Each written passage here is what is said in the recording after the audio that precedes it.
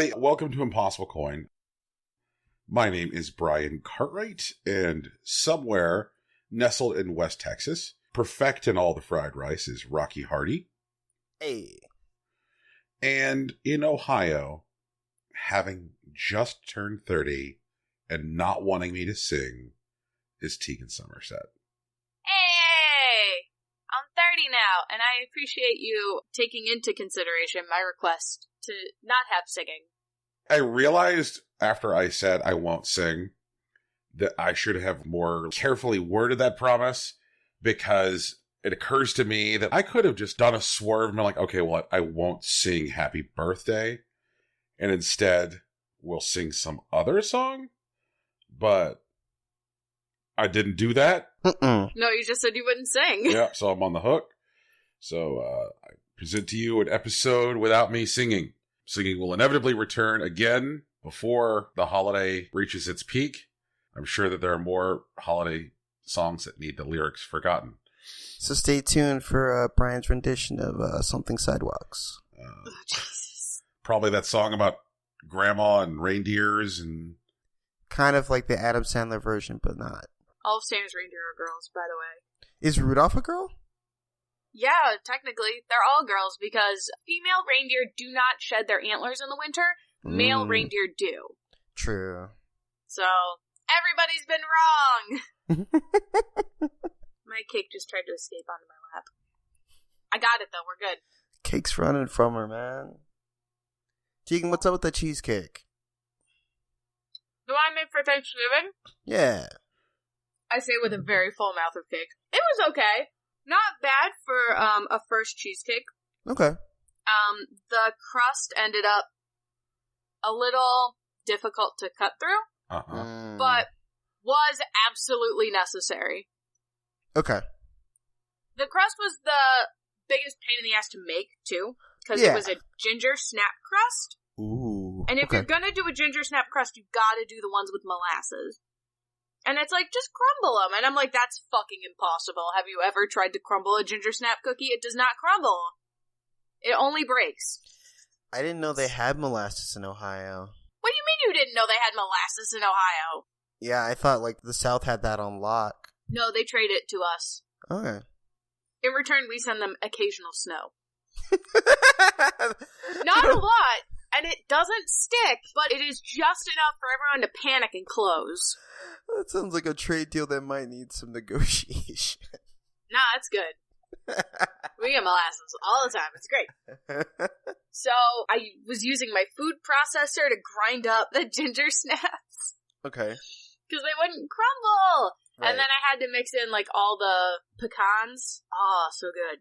The cheesecake itself was kind of dense, and definitely had more of, like, a pumpkin pie texture than a cheesecake texture. So I think next year, I'm going to use a slightly different cheesecake recipe and cut the amount of pie I add in half. Okay. What's the thickening agent in, like, fucking cheesecake? The cream cheese. You whip it with sugar. Oh, okay. It might have been the sugar. I mean, the sugar helps, but yeah. Some recipes have you use powdered sugar, some places have you add whipped cream, but you have to use Cool Whip. Oh, man. I know, right? No, I had a particularly not safe for work conversation last night with a couple of friends that involved powdered sugar and whipped cream. It got pretty intense. What? Yeah, it was a thing. Rock, you can't lay that out on Front Street and then not give us a tour. Dude, we have so many things that we have to do this week. We'll come back to it. Come, Rocky. There was a particular statement about the disgust that was felt when a testicle separated from someone's leg flesh. It was a time. Was that a thing? Yeah. I can't imagine that as a sensation. Not a sensation, but it was like the act of seeing it Okay. that inflicted disgust. It was like a particular like moisture that wasn't appealing. Oh God, I don't like these images. Can we do something else? Wait, I'm just wondering how you and your pals got from whipped cream and powdered sugar to, like, ball sacks. Well, the discussion was initially sexual in nature. I believe it started with discussions of a bread fetish. How would that even work? I mean, just from a logistical standpoint. That's around where we started, yeah. But there was this girl on Instagram in like 2015 that like smashed her head into bread. And she was into it, like really into it. I still don't really get it, but I needed to talk about it. I had to get the words out of my head. Tegan, what else is going on with you? You know, Pokemon Let's Go. You can get a shiny of everything. And I love it. It's super nice. That's cool. You don't even have to trade to get them. You just gotta find them. But they pop up a lot more frequently. I'd like to see the numbers on that. I know in Gen 5 they dropped it to like 1 in 256, and that was like revolutionary. Yeah. Well, what you have to do, so they still start at 1 in 256. Mm-hmm. However, the overworld sprite shows you whether or not it's shiny. Oh. And if you want to up your chances of running into a shiny, you have to catch 31 of the same Pokemon in a row. Okay, You can run into other Pokemon, just don't try to catch them. And then that ups the chances of a shiny appearing considerably. And then you just gotta sit outside the grass and watch and wait for one to show up. Okay. Really streamline that process. That's cool. I did find a shiny Charmander, and it was that 1 in 256 because I just come out of the cave, the dark cave, and I came out, and there he was in the grass, and I was like, holy fuck, holy fuck, holy fuck. But I didn't get him because he disappeared before I got to him. I was really upset, but he was there. Right now I'm looking for a shiny Ghastly. What does shiny Ghastly look like again? He's like navy instead of purple. That's right! But I want it because I want that silver shiny Gengar. Real bad. I'm in. That sounds great. I'm excited. Gang. Yeah! And you can ride on Haunter! Big! It's a good time. You ride on Arcanine and move around faster. Like, Arcanine's run speed is faster than your walk speed, and you get an Arcanine really early because somebody will just be like, hey, do you like Growlithe or Meowth better? And you tell her which one. Yeah. And she's like, okay, catch 5 of the other one. And we're like, okay. And then she's like, do you still love the first one better? Of course you do. Yeah. I just wondered if your opinion would change if you had to interact with the other one more. Here's an Arcanine. You can ride him around. The adults in the Pokemon world are great. Who knows what's going on? It doesn't matter. Yeah, no one's really in charge. Right. Why do Ghastly, Gengar, and Haunter all look like they do nothing but, like, hang out writing troll posts on the internet all day? Like, Because that's what they do. I mean, That is kind of what they do. I'm not wrong, right? That looks like the face they're making, you know? Yeah. Yeah. Well, they did that whole episode where they showed they were playing a prank on Ash. Weren't they, like, fucking off in a Yeah. lighthouse? Weren't they being jerks? Yeah, and then they remove Ash's soul from his body and, That did happen. make mischief. And they're like, yeah, don't worry, it's just kicks. Yeah, it's just for fun. And he's just like, oh, Yeah, okay. we're just And then he's fucking like, off. they like come back later and he's like, am I fucking dead? And they're like, yeah. And he's like, can I not be dead? And they're like, yeah. And they just put him back. I mean, Haunter's default position for his hands even looks like he's typing at a keyboard. Like, Good times. Good times. I just, like, jet fuel can't melt steel beams. Just, man, these fucking ghost Pokemon. They're trouble. Yeah, but they're also really hilarious. strong, which is like kind of dope. You think like 20 years, like a Pokemon would be like bad at some point. It's just never. Gengar's the best. Tegan, I wanted to bring some particular attention to what appears to be a measure of self-congratulation in your list of things to my talk list about. of things to talk about. It is, I think I'm on top of my Christmas shopping, and part of that is thanks to our frickin' Black Friday list. Yeah. How in the world did our Black Friday list help you? It gave me a lot of ideas, so I ordered a bunch of stuff. It was great. So which of your friends and relatives did this help? Alex's sister, Okay. both of you guys, and my dad. I'm going to call that a win. Yeah, it's a good one. And today, before the show started, some of the stuff showed up. Haha! Tika, did you buy me some anime bullshit? No, I didn't buy you any anime bullshit. Don't worry. Okay, no, I mean, it'd be fine if you did. I mean... Do you want some anime bullshit? Because I can recommend you some anime bullshit right now. Netflix got the exclusive right to stream Evangelion. Neon Genesis Evangelion. Do you want to have an identity crisis? Watch it. An existential crisis? Watch it. I think it's going to take more than some anime boys, like, to make me doubt myself. Oh no, there's anime girls in it too, but There also are aliens. There are many aliens. It's the aliens that really Wait, do hold it. on. Brian, have you not seen Evangelion? Nope. Okay, so like, Nope. you gotta watch Evangelion, and then you go, no, hold on, this is a trap. I'm not gonna do this. I've done this before. I'm not gonna What overwhelm is it? Brian with like all the Evangelion nonsense. Mm-hmm. I'm just gonna step back.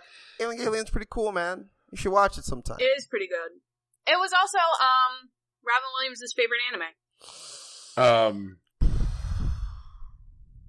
To be fair, the biggest thing that has kept me away from it has been, I would say, An encroaching sense of doom? no. As far as like anime that have particular pushy people trying to strong arm people into watching that anime, Mm-hmm. I think that it's probably like either the bronze or silver medalist, as far as like having people be like, hey, you should watch this. You should watch. You're like, what? Why? Why should I watch this particular fucking? And they're like, don't worry, you should watch it. I'm like, I'm gonna need more than I should watch it. Then, I'm not saying that this is in particular you guys. I'm just saying that like that a lot of times the Evangelion people are just like, hey friend, and I'm just like, what the fuck? And when you ask them for more details, they're like, don't worry about that. I just need you to watch it. I'm like, why do you need me to watch it? It's Back one of in those the things day- they want to hurt, like together. No, I don't think it's necessarily that. Back in the day, there were only like when basically the only way you got anime was what came out on like hard copy. It was like everyone watched Evangelion, Fullmetal Alchemist, probably Yu Yu Hakusho, or Rurouni Kenshin, and like the big 3 shonen shows, and Chobits. I'm like, that was it. So Chobits. I'm still mad about that shit. right? So, like, it was easier to keep tabs on, like, what everyone had seen. And Evangelion is still, like, it's got such a strong fan base that, like, it doesn't matter what happens in Evangelion, they're gonna want to watch it, you know? But it's about a boy and his relationship with his father and his mother, like, overall. And his dad runs basically the only defense that Earth and Tokyo have against these alien invaders. He's like in charge of the whole operation.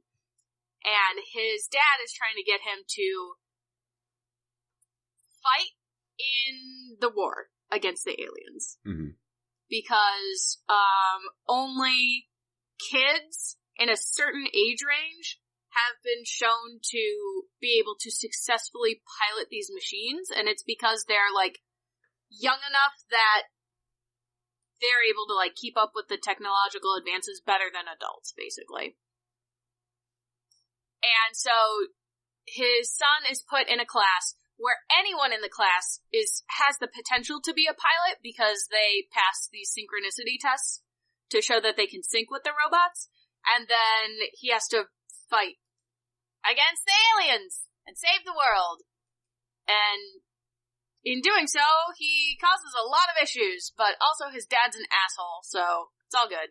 It also stands to mention that, like, the kid, the boy, isn't a standard shonen protagonist. Like, he's not like a heroic dumbass. He's just kind of like a kid in a troublesome part of his life.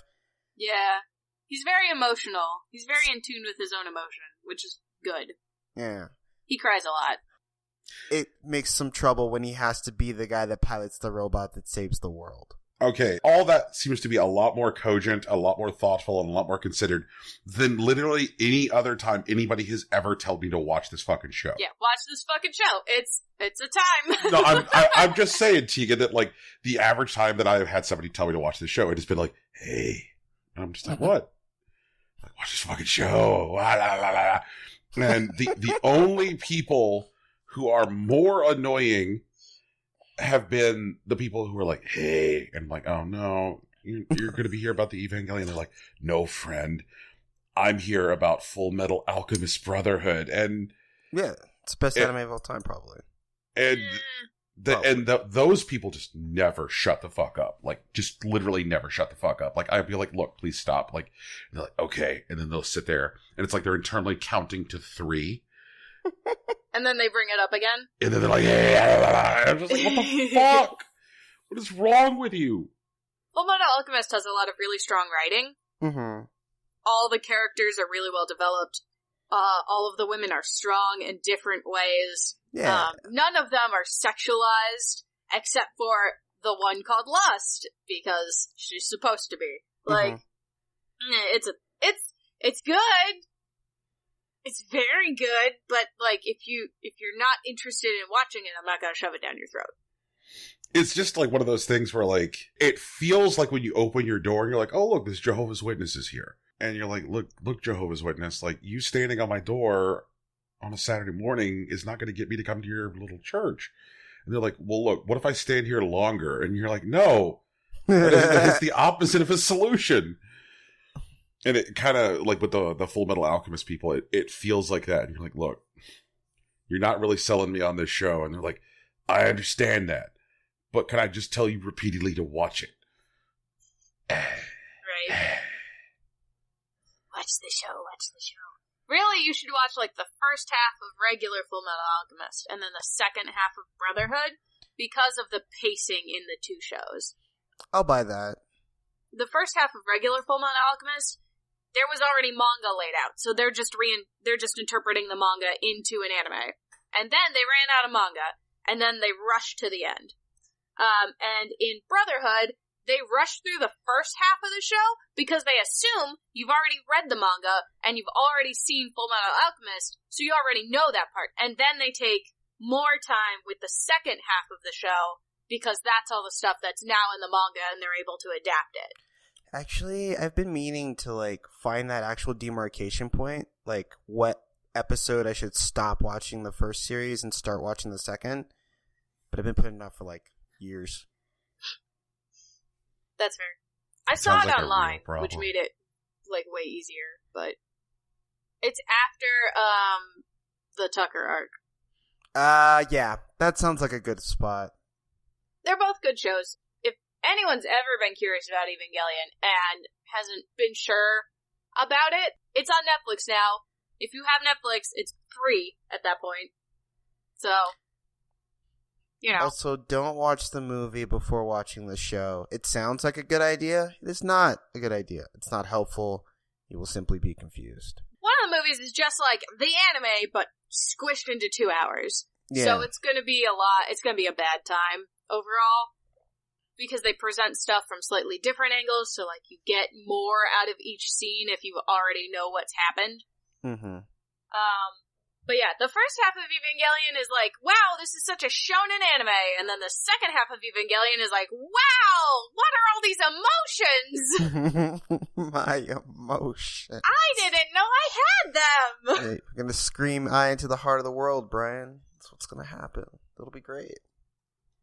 I'm gonna be so proud and tell my mother that I did it, and then... And everyone will say congratulations. Yeah, and everyone will say congratulations, and I'll get applause on the top of the world. Oh, God. Yay! Anyway, Evangelion's a trip. Mm-hmm. For sure. I'm gonna rewatch it, I think. You just managed to Evangelion yourself. You're a like, little bit, yeah. Yeah. Yep. This is anime, everybody. This is what it does. This is anime! I am anime! I'm 30 and I'm anime. I'm not sure how those two link together, but... Hey, there's 30-year anime. Mama Midoriya is, like, around. She's great.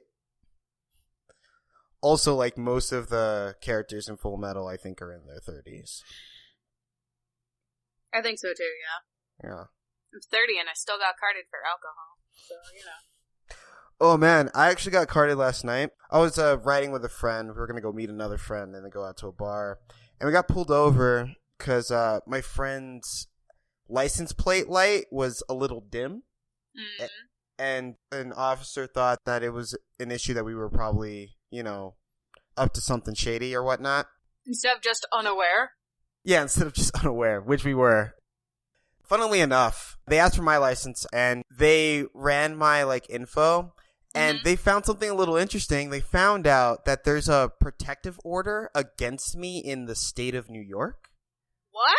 And I don't What the know fuck? why. I'm just, but it's been A protective order against you? yeah. So protective orders are a little different from restraining orders, but they basically have some sort of command for you to do or not do something. Defend this man! Defend him! You have found him now! Defend! Oh god, that would actually be really dope. You get your own SWAT team, they follow you around. No SWAT teams. Oh man.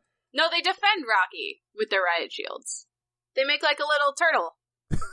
Like the Spartans or whatever. Yeah, exactly. They'll make a turtle for you. But yeah, so I don't know why that is.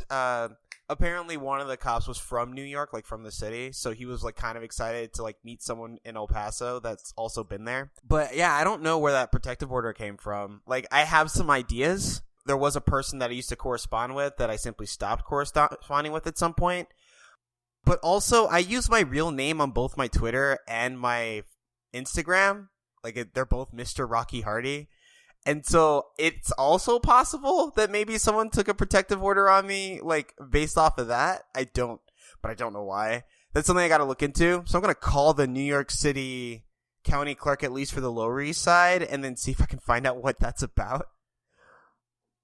Because I don't know why that happened. A court order instructing a person to desist from abusing or harassing the petitioner. Usually a related person for a fixed period. Wow! They also asked me if it was related to a family member, but I don't have family in New York. I don't know why I don't know why this order exists, and I would really like to know. So I'm gonna go ahead and dig into that a little bit. There might have been something terrible that I've done, and if that's the truth, I honestly don't remember it. Wow. Oh man. But yeah, that happened a little bit last night. Outside of that, I've just been playing video games. I've been trying to stay out of trouble. Playing video games, getting protective orders. Yeah, that's where I'm at. I've been playing Darkest Dungeon. That is a tough sumbitch, honestly. Half of my party is just chock full of phobias and diseases. I'm working on those, but that costs money. And money's pretty tough to come by, and if I send people into dungeons too aggressively, they either get so stressed out that they get heart attacks, or they just straight up die from the actual monsters in the dungeon. It's pretty wild. I'm still getting the hang of it. But it's very cool. It's hitting its vibe very well, and it's more than just grim, dark, edgy nonsense. I'm having a good time. Rocky? Yes? Did you go to America's High? Yeah, I went to America's High School. Why? Did you win a state mock trial competition? Actually, no. We came in second, Brian. That is what happened. I have feelings about that. It's not super important. But yeah, that is the thing that happened. Why? Why are you Googling me, Brian? I was trying to get the details on this protective order. Yeah. But yeah. I did mock trial. I was a huge nerd. I am a huge nerd. Sorry. Excuse me. And I did mock trial, actually because of a girl, if we're being honest. But I was pretty good at it. I was one of the best fake lawyers in the state of Texas when I was in high school. I didn't do it in college, because I was still kind of a spaz. But we did pretty well in high school. We got second my senior year. I think the group the year after, or maybe 2 years after, they actually won state, if I remember correctly. Nice. But it was a cool time. They had a good staff. Yeah, so I stumbled into a PDF of the April-May issue of the El Paso Bar Association Journal. Yeah. And one of the things that the El Paso Bar Association covered was the state mock trial competition, where I was greeted with a smiling high school photo of one a small Rocky. Oh my goodness! Wait, was I still wearing? Yes. Was I still wearing that blue suit? Wait, hold on. What year was it again? This is the April-May 2009 issue. Was I still wearing the blue suit? So, like, that time, I can't remember, but if I remember correctly, I didn't have a suit of my own back then, so my mom lent me a blazer, and I think I was wearing a women's blazer in that photo? I can't remember. Did my shoulders look puffy? Little bit. I think I might have been wearing my mom's blazer in that photo.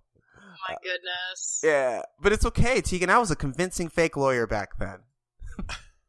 You were the best fake lawyer in the state of Texas. Well, Elena was the best, but that's a whole other thing. Ugh. I got back to Final Fantasy XIV. It is very flashy and pretty. There is a Chocobo demigod that I really need a plush of. I've been monkeying it up. Like, just running and hitting things with my fists. I've also been healing people. We liberated a nation. There's some dude that we killed that isn't quite dead because he's possessed by some weird shadow goon. It's a time. It's pretty cool. But I'm also doing the whole like solo player thing now because the guild that I used to play with doesn't play as much anymore. And I don't really feel like joining a new one. But I still get like 5 like requests a day. It's like, hey, you want to join our guild? And I'm like, no, I'm doing okay. Y'all go ahead. Play with your little friends or whatever. And now I'm just like, I think I'm caught up where I just need to do the weekly raid content to get like best in slot gear. So I'm working on that. And actually, Brian, have you played Old School Musical? No. What the hell is Old School Musical? It is a adventure rhythm game. Go on. Where you play as Tib and Rob, future heroes. Mm-hmm. And they are traveling through like various like retro gamescapes. Like there is like a Mario-ish level. There is a Mega Man-ish level. A Teenage Mutant Ninja Turtles-ish level. There's I think it's more of Metal Slug than it is Contra. There's also a Metal Gear Solid. There's a Cruis'n USA. And then there's this Final Fantasy parody where all the characters are like chickens. Oh, there's also a Legend of Zelda parody as well. And the fun thing about it is that like when you play through the game, like you're just hitting like this, you're playing the rhythm game, but there's also like these goofy scenes that are going on in the background. And there's some really interesting like visuals that they produce with like glitches. The chiptune music is really good. And once you beat like the main story, which is something like 20 levels, it turns out there's a whole second game behind it called Chicken Republic. Because, well, Tegan, there is you have the technology to travel in between worlds. Chicken Republic, though? Yeah, no, hold on, I'm getting to that. Oh, okay. And you use that technology to travel to various worlds, and you ultimately run into other creatures that have similar technology. You run into a civilization of chickens who were intelligent enough to not only create their own society, but also develop like world traveling technology. And when they traveled to different worlds, they found that their chicken brethren were subjugated and in most cases also eaten for the nourishment of the dominant species. So since they were the dominant species in their own world, they decided to rescue their brethren and bring them back to their universe or whatever. Later on, they started enacting their own justice against people that they found that were antagonistic versus chickens, including a Link analog named Klin, Klin. Okay. Who was found guilty of murdering chickens, and they were holding him prisoner in their castle. But your characters, Tip and Rob, needed his flute, so you needed to go across the Chicken Republic to find him. And the chickens antagonize you because they think that you're working with Klin. So you end up fighting like chickens all the way to like the castle. But the main game skips that. Like you kind of just get the first entry into the chicken universe, and then when you get to the Chicken King's castle. But the after game is actually the Chicken Republic, which is the untold story of you fighting your way across the Chicken Republic, where you just fight like various chickens in Final Fantasy-esque fashion while still playing the rhythm game with added difficulty. And like they'll do things like they'll stretch out the movement of like the blocks, they change colors on you, there's some like huge flashes so it obscures which buttons you're actually supposed to press. It gets pretty tough. fans of the game have said that the real game starts at Chicken Republic. Gotcha. Okay. Yeah. This makes me think, Rocky, are there any games that you guys have not yet touched for Game of the Year, big or small, where you're like, shit, I kind of feel like I need to touch this? I kind of feel like I need to play God of War. Yeah, you probably do. Yeah. Let me take a look at our sheet. Oh, man. Alright, I think I'm doing okay overall. Teagues, did you touch Celeste yet? Oh, no, I did not. I Tegan, forgot that came out this Celeste year. is, Shit. Celeste is going to go very, very high. This was a good game. I don't know. I'm guessing Celeste is going to land in our top No, 3 list. I That's don't real think so. big, man. I don't know about that. I don't think so. But I think you haven't should play touched around it, with it a and I'm little like, bit. Because it's definitely a neat little game. yeah. Okay, I'll do that this weekend. Also, like, with all these other games I've been playing, I'm actually less inclined to play more Moonlighter. I think I need to turn up the difficulty, but I feel like I'm at the point, like, where the grandfather figure who tells you that, like, you don't have to go into the dungeons, you could just run the shop. I totally feel like I could just kind of sit around and run the shop. I haven't completed the 4th boss yet, but I'm just making so much money off of selling shit and, like, doing the blase runs that I've been doing that I'm not super inclined to, like, get to the end of it. Because I've basically upgraded everything, and I have a banker whose entire job is to take the amount of money that I already have and turn it into more money. Oh, wow. Like, a couple days ago, I gave him, like, 4 million gold, and, like, 2 weeks later, he gave me 12 million gold. Like, I don't need that much money. I don't know what I'm gonna do with it, but I have it now. Like, it's Rocky, you're mine. the 1%. I am the 1% now. Fuck. No. Oh, but okay. So Tegan, like, you know how there's people, there are thieves in your store or whatever, right? Yeah, and you beat their asses for taking your shit. But when they're like actual villagers, like in the village, and when What? like you walk up to them and like they like praise you for like running through the dungeons, they're super fake, Tegan. Like, you walk up to that dude, like, with the slick back hair or whatever, and he's just like, hey, you're the merchant that's been, like, clearing the dungeons, right? Dude, you're so cool. Like, keep going, man. And then, like, the next day, he's in my shop trying to steal some shit. Like, what the fuck? I hate that. I really wish I could just, like, call him out to his face. But I can't. The game won't let me do it. Be like, hey, yeah, you're that asshole who keeps trying to steal shit from my shop. Yeah, I kicked you out this morning, man. We're not cool. We're not boys, okay? I don't care if you're a fan. Do you remember the guy in Papers, Please, who keeps on coming to the border with, like, the worst documents Yeah. That ever? guy's actually my favorite. Like, he shows up at one point with, like, a crayon-drawn, like, passport, and then he's like, oh, okay. No, I'll come back with documentation. No Like, problem. that is one of my favorite transitions, Rocky, because he shows up with the crayon passport, and you're like, no, this isn't a passport. And he's like, what's wrong with it? And you're like, a passport has a photo. Yeah. So then the next time he comes back with something that just says passport and has a photo on it. And then, like, he comes back the third time, but at that point, like, you're instituting, like, supplemental ID cards with, like, your passport. So he comes back with a real passport, but he doesn't have the ID card, and you just have to kick him out again. I love that guy. That guy was the best.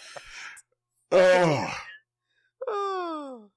There are definitely, like, a few games I feel like I need to poke at. And some of them are ones that, like, we have not touched, which I realize I'm probably just digging myself deeper with that. Like, which ones? Man, none of us have played Return of the Obra Dinn. Kabadaba? Huh? Huh? Return of the What? Obra What? Dinn. I don't think I've ever heard of that game. Jakes, you owe me a Coke. Yes. Funny enough, Return of the Obra Dinn is the new game from Lucas Pope, the guy who developed Papers, Please. Oh, did any of us play Deltarune? Yeah. I haven't played Deltarune yet. It's on my list of things to do. Okay.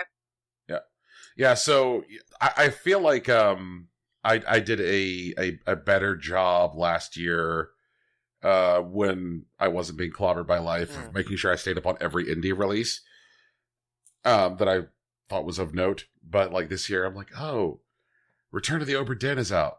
That looks amazing. The new Lucas Pope game looks really fantastic. It's beautiful. The idea is compelling. I'm going to go to bed.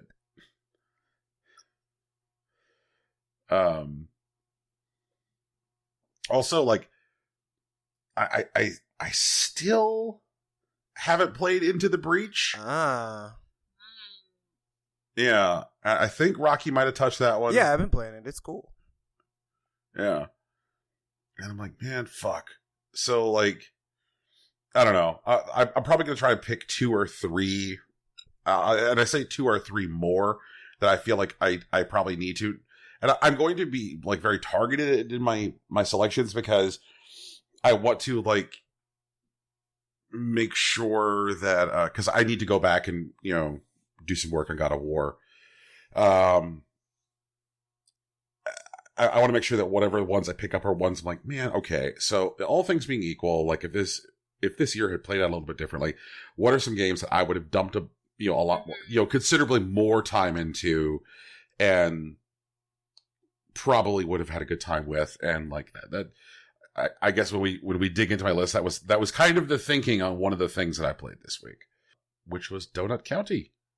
Donut County was cool. Dang! Yeah. I forgot that came out. That's what I want to play. And I was like, man, I should play Donut County. I'm like, that seems like exactly my kind of bullshit. Like you're a jerk raccoon with a remote control hole that gets bigger. And like I did not expect them to be so taken with the writing in Donut County.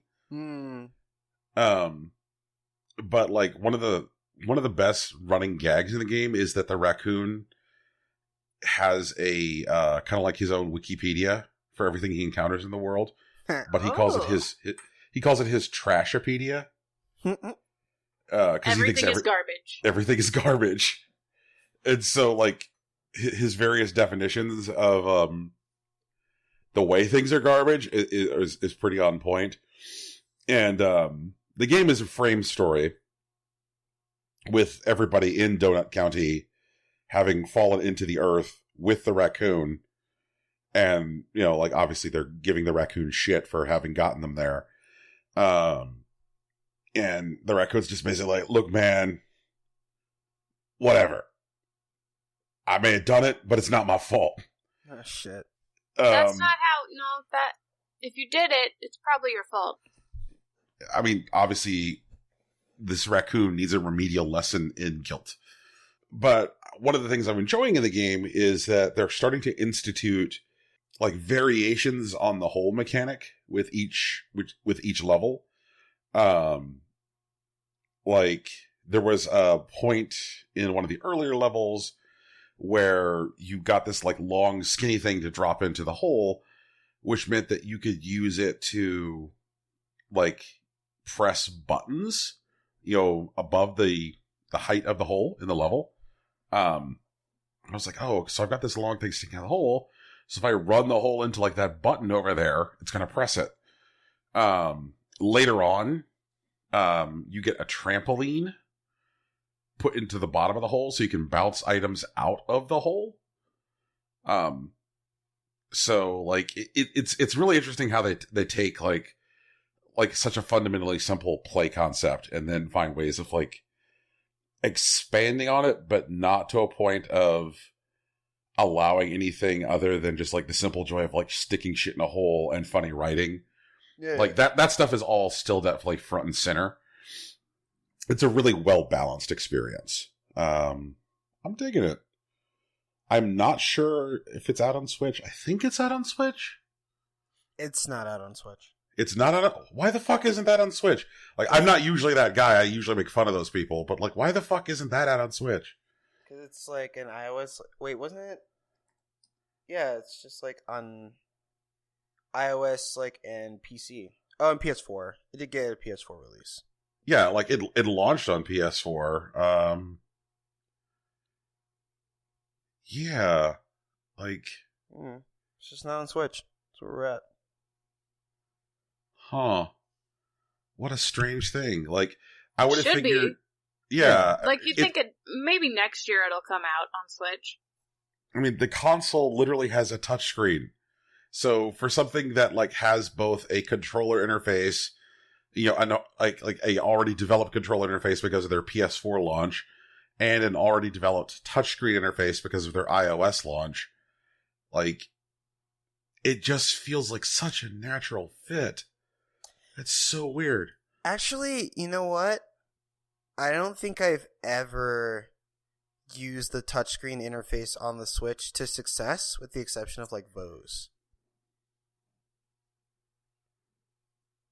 And I think a lot of that has to do, Rocky, with the fact that, like, there has been so much, like, so many ports put onto the Switch where developers are like, do I do any work on this port to take advantage of additional hardware features that this particular device has?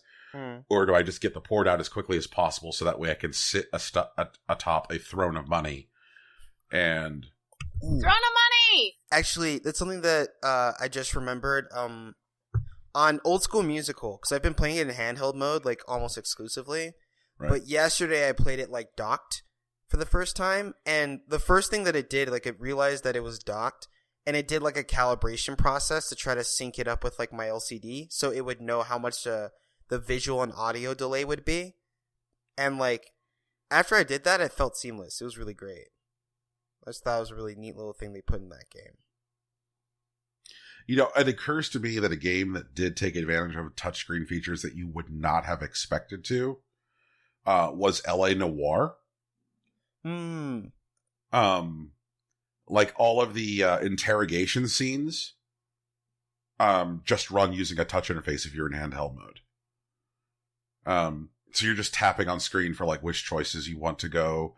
And if you're like investigating, like if you're like stepped over a body, you can do stuff like open their like coat pockets with screen taps. Yeah, so like that was an unexpected one. That they also for some reason implemented fucking like motion aiming in LA Noire, like the Squid Kid business. But I just turned that off because I'm an old man. No, I agree, Rocky. Like it feels like even though there is touchscreen implementation on the Switch, that a lot of developers really haven't taken advantage of it. It feels like kind of a shame. Mm-hmm. But I'll tell you what's not a shame. Fucking Hitman 2. Hey. Have you figured out what to do with that jogger lady yet? That's my main question. I have not figured out what to do with the jogger lady. However, I got some questions. I feel like they have made a change to the game, which may be too drastic. A lot of Hitman nerds are angry. I'm in a wait and see position, but they appear to have made the conditions under which you can get Silent Assassin a lot more generous. Like, it's a lot easier to get Silent Assassin now. So the conditions under which you're supposed to get Silent Assassin are no crimes seen, no bodies found, never spotted by a camera, or if you are spotted by a camera, you erase the footage. Never spotted, and so basically no one knows you're there. Exactly. You know, you're in and out. You're like a fucking ghost. Like, you know, your crime is seamless. Like, and there are ways to have people find a body and it not count toward the no bodies found.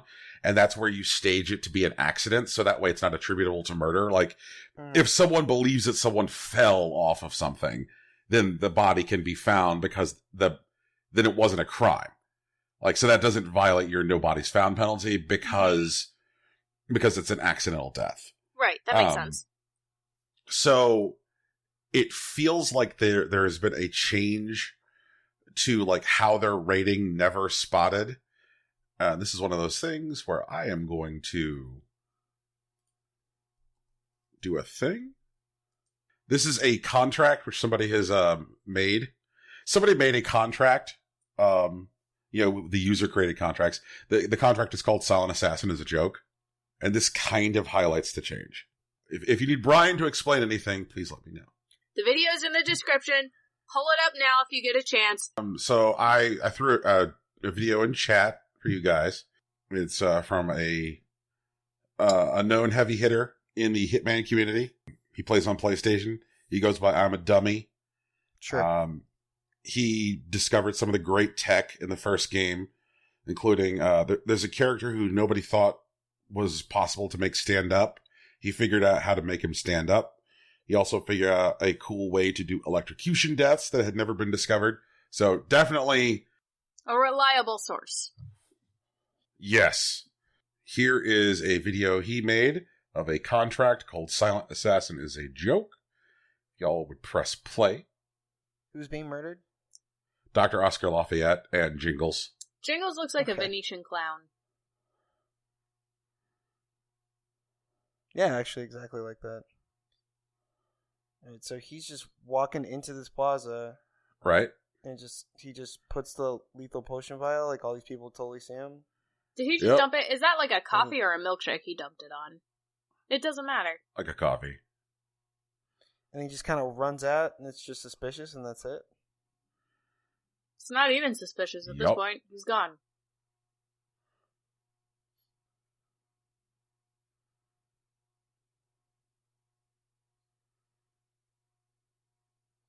And he's just continuously running to get out of a radius, I'm assuming. He keeps running into Yup. people, too. So then... Yeah, when you run into somebody deliberately in Hitman, that is tech called bumping. What does that accomplish?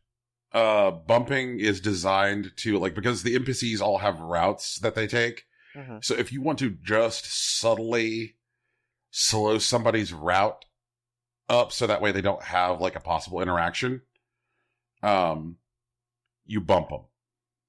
Okay.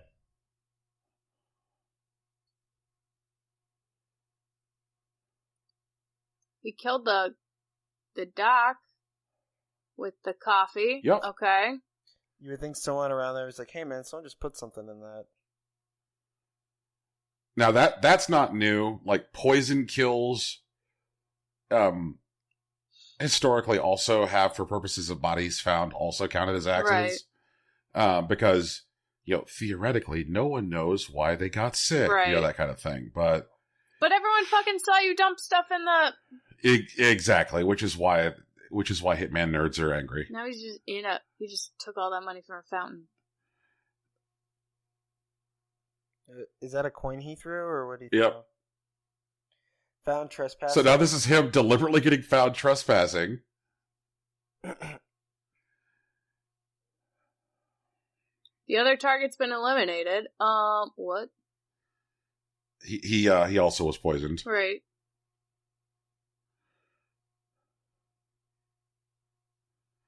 Drives out of Sapienza. And then here it comes. What? And he gets Silent Assassin. What? That's goofy. dumb. Yeah. So Hitman nerds are angry.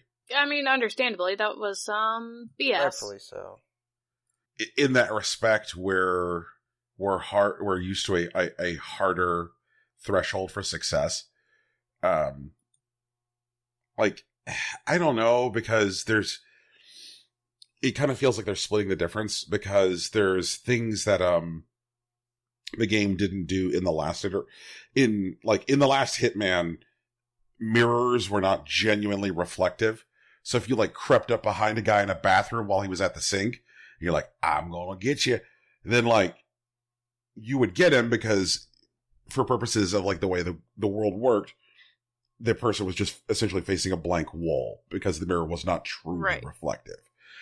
Mirrors are reflective now, so if somebody sees you committing a crime in a mirror, then you fucked up. Right. And so it's one of those things where like, so you could poison something like the guy did in the video, and then as long as you like run away fast enough that like no guard can come find you, then that doesn't get your never spotted penalty, because the activity is suspicious but not illegal. But if you like choke a guy out while standing behind him in a bathroom, then that will violate your never spotted penalty because the guy sees you choking him in the mirror before he passes out, which means he's seen you commit a crime. Unless you kill him. What even if you though kill him? like then it still violates your he can't asterisk. see you commit a crime if he's already dead. Okay, so the asterisk is like sorry. The asterisk is that guy having seen you do the choking, because you could choke him till he passes out without killing him. That guy seeing you choke him out in the mirror before he passes out will violate your never spotted penalty if he's not your target. But if he is your target, you can then kill him and you'll get it back. Okay. So some people are like, it's needlessly complicated now. Like, we just want streamlined rules, which are more challenging. So I don't like, it's one of those things where like, I know like IO Interactive is always like very good about responding to their like very loud and very passionate fan base, because there are a lot of guys out there who play a lot of hours of Hitman, and Hitman sold really well. So like I am certain that like as this affects community created contracts, like they will definitely respond to folks. You know, it's because like that particular map, which is shown in that video, is actually one of the legacy maps from the last game. Yeah. And the idea of doing those two particular poisonings suit only, in Sapienza was very difficult because it's illegal to put something into a beverage unless you are like a chef or kitchen assistant. Mm-hmm. So distracting those plazas full of, like, that should be a hard contract. Mm-hmm. So it's an interesting thing. I'm curious to see if like what it actually does is like unlock some like heretofore like unexamined contract possibilities, and then people maybe calm down because like what IO intended becomes more obvious. Or if it just sucks enough that nobody's going to bother to find out, you know, what their intended objective was with the change. But yes, like I'm deep enough into the scene for a game that like this particular rule change is a thing, which is like been an occupation of mine this week. Like, okay, how does this change this level? How does this change this level? Because it didn't launch like this. This came with an update that got pushed to the game. Right. Yeah. So I am curious. Like, I wonder if like it was an effort to try and lure in more people who aren't part of the core Hitman audience. I don't know. What do y'all think? I've seen like this is like, you know, inverse power creep, right? Like Right. From what you've told me, I understand that the community is upset because they have developed skills that were necessary to complete the content at a certain like level, and then they have made those skills irrelevant. Right. And that sucks, especially for like an established community, which is one of the bigger like strong points of the Hitman community at large. But broadening the base is usually not a bad idea. But I feel like that should be more, I guess, overtly communicated. Like, it'd be different if like Hitman itself has like this crazy high barrier of entry, but I don't think that's what's happening. Like, they're just like the prestige achievements or whatever are just more accessible, and usually that comes with like more difficult content for you to for like the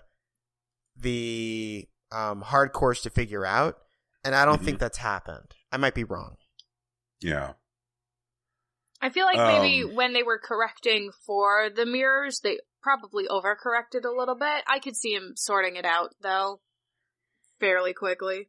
I mean, one of the other changes they've made now is it used to be that, like, if you got recorded by a camera on default difficulty, like, it didn't immediately alert someone. You know, you just had to go delete the footage. But now, if you're seen by a camera, like, let's say you're seen by a camera and you're just trespassing, then a guard will come find you to escort you out of the area that you're trespassing in. But if a camera sees you do something illegal, then you're borked, which means you have to shoot out every camera before you pass into range of it, or prioritize at the beginning of your run, going to a location where footage is held and recording ability is controlled and destroying it. Mm-hmm. So that way you don't have to worry about it for the rest of the time you're playing. Like, they have an elusive target running right now, which is like kill Sean Bean. I straight up murdered his ass on Tuesday night. Mm-hmm. How'd you do it? I stuck him in the back with a lethal syringe. Ooh. Yeah. But in order to get access to Sean Bean, there was somebody I had to meet up with, like, in the Kronstadt reception area. And that guy has got a very narrow window of time that he is going to be there. And so I'm like, okay. I'm like, do I have time to run down to the security center in the parking garage and delete footage and turn off recording before I run up that and meet that guy in the reception area? So I would run down there, erase footage, run back up to the reception area, and that guy had already ghosted by the time I got back up, and I was like, shit, okay, so I'm going to have to delete footage after I'm done in order to get my silent assassin. And the thing that really frustrated me was that, like, it was because of like one fucking camera. There's a camera in that reception area standing over the stairwell that goes up to the second floor. And I suppose there's like one large potted plant I could have tried to crouch behind and shoot it with a silenced pistol from across the lobby. But that seems like there's so many ways that could have gone sideways. Like, I'm just waiting for somebody to see me fucking, sitting behind a ficus with a gun and just get shot down in the lobby. And the way it works on the elusive targets is if you die, you can't play them again. You're out. Yeah. So I'm like, I gotta play this cool. I gotta play this calm. I gotta murder me some Sean Bean. So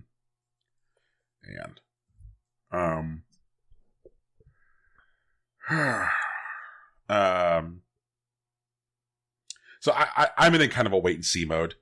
Like, I have a lot of trust for IO. But it's not just trust that, like, they made the right decision, but also trust that they'll react accordingly, because in the past, when they have either fucked something up or maybe implemented something which is, like, not yet fully baked, they will respond quickly. I remember, I guess about a year and a half ago, they added the ability to, like, when you're hanging from a ledge, to if somebody walks up to a ledge, like on a balcony or something, for you to, like, reach up and grab and pull them off. And that was designed to try and, like, create more interesting opportunities for accident kills. But the problem was that, like, no matter how you were positioned, you were never being seen. So you could just sit there, like, pulling fools off all day long, and, like, nothing would ever pop for spotted. And so they're like, we're pulling this out until we can get this fixed. And so hopefully they'll kind of take a look at this in the same way, that, like, this is not necessarily producing the intended result. Let's take a look at it. So yeah, Hitman, Donut County, and you know what's happening Tuesday, Tegan? New Hearthstone cards. A whole new expansion coming out. Wow! Yeah. 134 new cards. So many! That's actually a lot of cards. It is. How many more decks are you going to be able to build with that? Well, I think there's a lot of cool possibilities with the new keyword overkill. Ooh. So overkill is if you kill an enemy minion by doing more damage to it than life it has left. So if you have like an enemy minion which has got 4 health and you do like say 5 damage to it, that's overkill. And so there's these cards which have like cool effects. Like you might have a minion that says like overkill, draw a card. So like if you overkill something with it, then it you get to draw a card. Like there's, I think it's the new warrior weapon. The weapon is like overkill, attack again, meaning that like you get to attack again that turn if you overkill with the weapon. Like Moxie. Yeah. So I'm curious to see how that's going to like impact stuff. They did their final card stream reveal this week, and like I was happy because like one of probably my favorite streamer got to be the guy who did the final card stream reveal, Brian Kibler. He's like such a 30-something suburban nerd. That's the best kind of nerd. I say now being a 30-something suburban nerd. But there's a couple cards that got revealed this week that like I cannot wait to see how they are best used to unleash the meme potential. Here is a card. It is called Grifta. Grifta is a 4-mana 4/5 battle cry. Discover 2 cards. Give 1 to your opponent at random. So tell me about Discover specifically. Okay, so Discover is where they show you 3 cards, and you pick 1. So they're going to show you 3 cards, you pick 1, then they're going to show you 3 cards again, you're going to pick 1, and then you get to keep one of the cards, and then one of them gets given to your opponent. So you can either like do something like try to pick 2 trash cards, which are not going to do any good, or you could pick 2 good cards, or you could really try and get in there and think and go like, can I pick stuff which is good, but in no way synergizes with my opponent's deck? So it seems like a thing that has potential. I think the thing that people are underestimating Grifta's possibility for is mill, since Hearthstone has a maximum hand size of 10. What I'd like to do is get Grifta in and out of my hand a couple times, so that way I'm just filling my opponent's hand with cards. Yeah. Also, there's a new like warlock legendary I like called High Priestess Jeklik, which finally seems like them trying to incentivize people properly to play discard warlock, because what the card says is when you discard this card, add 2 copies of it to your hand. Ooh. Yeah, which looks like fun. But back to the memes. New Shaman legendary Krogwa the Frog. Battlecry, return all spells you played last turn to your hand. Ooh, okay. So if you couple Krogwa with Shudderwalk, because Shudderwalk is replay every battle cry from this game. No! Oh god, I love it. I love that. Yeah. No, there is definitely some like goofy bullshit afoot this time. So like they're definitely leaning hard into the memes. Like new priest legendary Bwansamdi the Dead. Battlecry is draw 1-cost minions from your deck until your hand is full. Oh no. Oh yeah. But it gets better because there's also a priest card that got made called Spirit of the Dead, which is a 0/3 one-mana minion that reads Stealth for 1 turn. After a friendly minion dies, shuffle a 1-cost copy of it into your deck. So Oh, no. you play Spirit of the Dead, and then, like, let's say you do some good trades with your opponent's Mhm. board. Mm-hmm. And so now you've got these good cards with full stats getting shuffled into your deck that cost 1. Then you play Bwonsamdi the Dead, which reads, draw 1-cost minions from your deck until your hand is full. So basically, yeah, so you could synergize those 2 cards to refill your hand with good stuff that's super cheap. And I'm like, oh, yep, that's gonna do a thing. I'm gonna be able to just punch people in the PP with that. Oh no. They got a card that brought back Ragnaros. I'm excited about that. Which is a new mage legendary, John Alai the Dragonhawk. If your hero power has dealt 8 damage this game, summon Ragnaros. Oh shit. Yep. Okay. Yep. So good stuff. Also, like, mage got super healing. A card called Arcanosaur, where if you played an elemental the last turn, deal 3 damage to all other minions.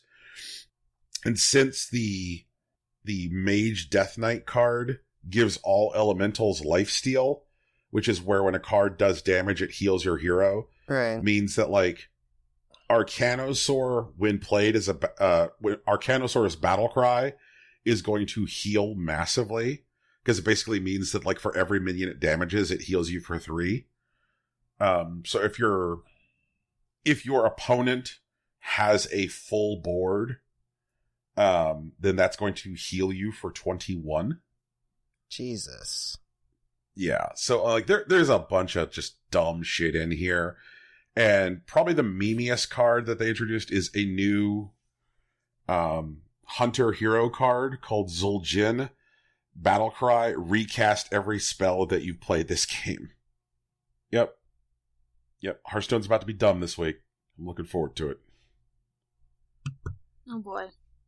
I can't wait to hear about how you've pissed off literally all the other players around. They also did a real good job at giving people excuses to stockpile gold this time. So, like, I have enough gold for, like, 38 free packs. So that's something that they've gotten increasingly better about. Just the month before a new expansion launches, just, like, ramping up excuses to give away gold. And in addition to doing that this time, they're also just going to give everybody 6 packs and give everybody a free legendary and 2 of the spirit cards for free as well. So good on them. Spirits. Yeah. Unrelated to that and apropos of nothing, Becky Lynch returned to SmackDown. Our queen has returned. Our queen is returned! Yep. So she is cleared to fight at tables, ladders, and chairs. I was worried that she was still going to be out with the concussion, but she is cleared to return for TLC. And they announced that the TLC match is her title defense at TLC is going to be a tables, ladders, and chairs match, and it's also going to be a triple threat. Uh-oh. Becky Lynch, Charlotte Flair, and Asuka. Asuka, my favorite! Yep. In I a love triple her. She's threat. back. She good. Yeah. So they did a battle royal on Tuesday to see who was going to be in this match with Charlotte and Becky. Asuka won the battle royal. Of course. So, guys, I'm pretty sure Asuka's gonna become champ Yay! at TLC. Now, I know I've said this before, but this time I mean it, and I have reasons. Uh-huh. Oh, Rocky, don't say that. Don't me. Just, like, they're gonna have Becky fight Ronda Rousey at WrestleMania. So in order to have that happen, Becky has to lose the title so that way she can win the Royal Rumble. Mhm.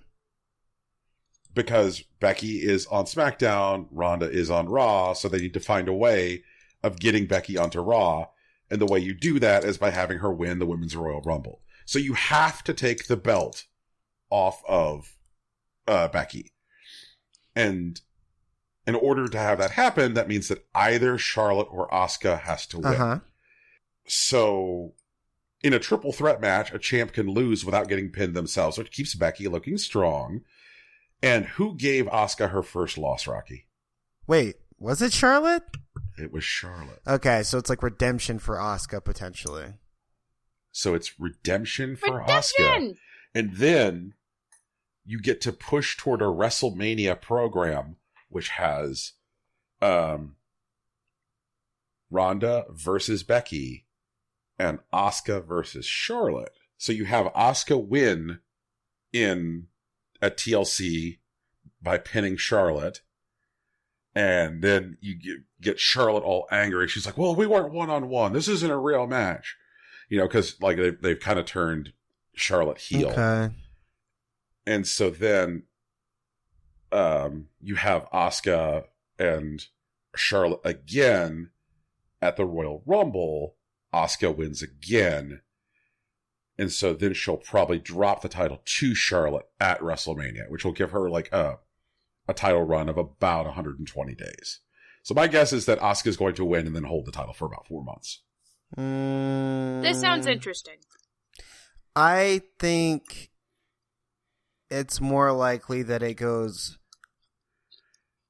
Charlotte, Asuka, Charlotte, then Asuka, Charlotte. So you think they're going to run a longer program? Yeah. Also, they haven't been especially kind to Asuka. I mean, Asuka definitely like has been pushing them for a bit, but actually, I'd be more interested in Charlotte, Asuka. That would be my ideal, because that way Asuka gets the biggest title ultimately, and that sounds like it's more consistent with how they've been using her over the past year and a half. But I mean, they have, like, in the last several months, just, like, totally had her buried like some kind of fucking nerd. She is a nerd. Where, she's a huge nerd. Yo, did everybody here see that fucking picture that Asuka posted of her Switch on Twitter? Well, yeah. So good. So good. Asuka out here playing Ikaruga. Damn. True. So wait, how long do people hold titles? How often are there title or champion matches? Depends on the title. And people hold title for like, sometimes you've had people like win a title and lose a title on the same night. That's a rare situation. And long title reign, like a long title reign these days, Tegan, is like almost a year. So when, like, say AJ Styles just recently held the WWE Championship for 371 days, you know, that was a long reign. You know, Brock Lesnar held the Universal Championship for like 400 days and change. Okay. That, you know, that was considered a long reign. Pete Dunne is currently holding the UK Championship, and his reign is pushing 500 days. Ain't nobody know who they're gonna eventually have knock off Pete Dunne. They don't even know yet. He's super popular. Yeah. So, I mean, basically the idea should be somebody should hold a title as long as the audience is into it and thinks it's cool.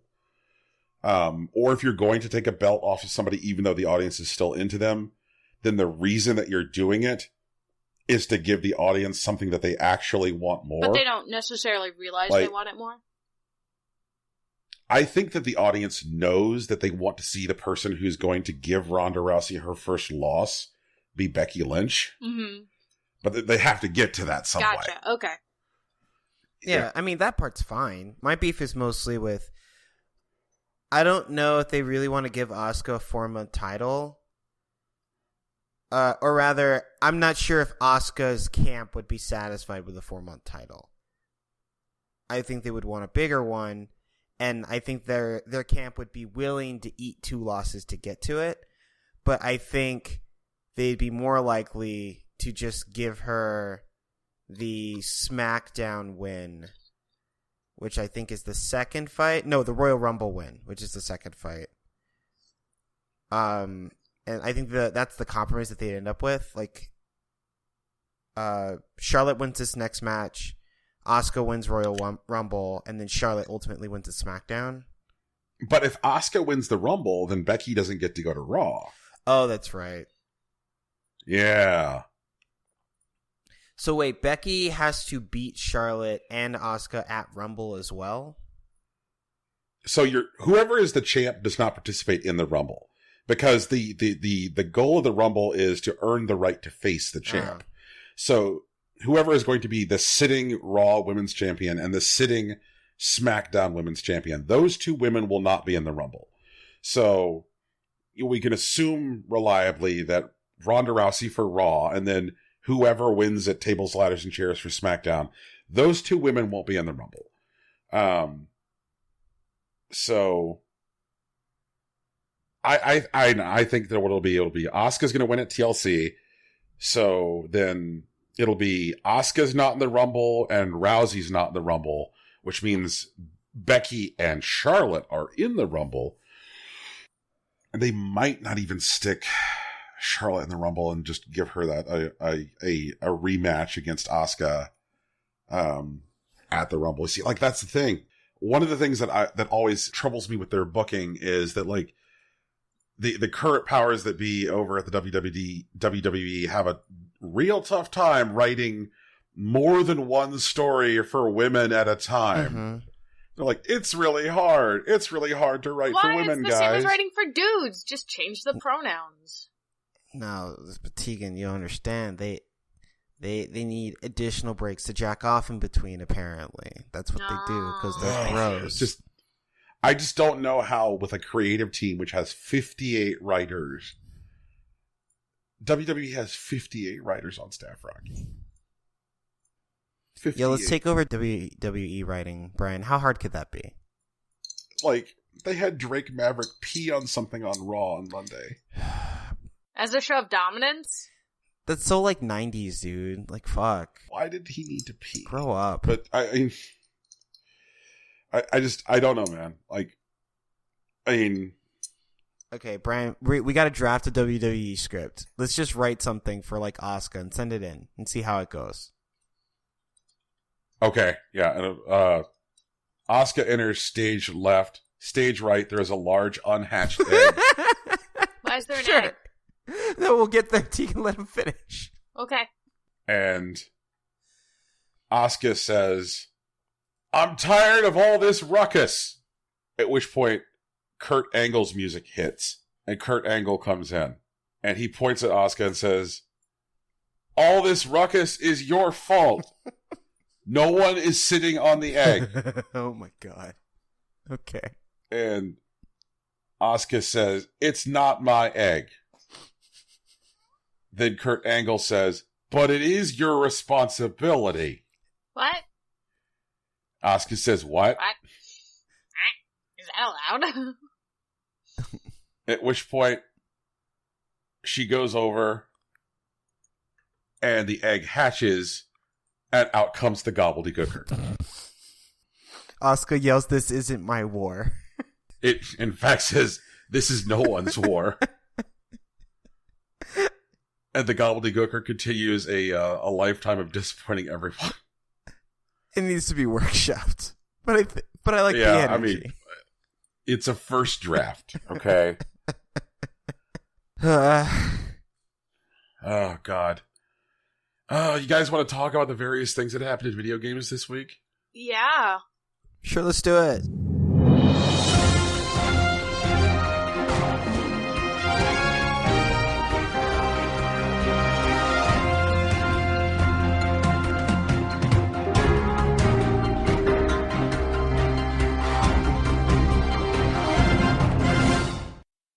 All right, guys.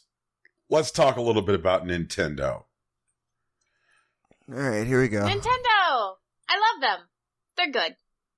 Yeah, Pretty good, yeah. So the Switch is on track to reach 35 million units shipped by March, according to an average of 8 analyst estimates compiled by Bloomberg.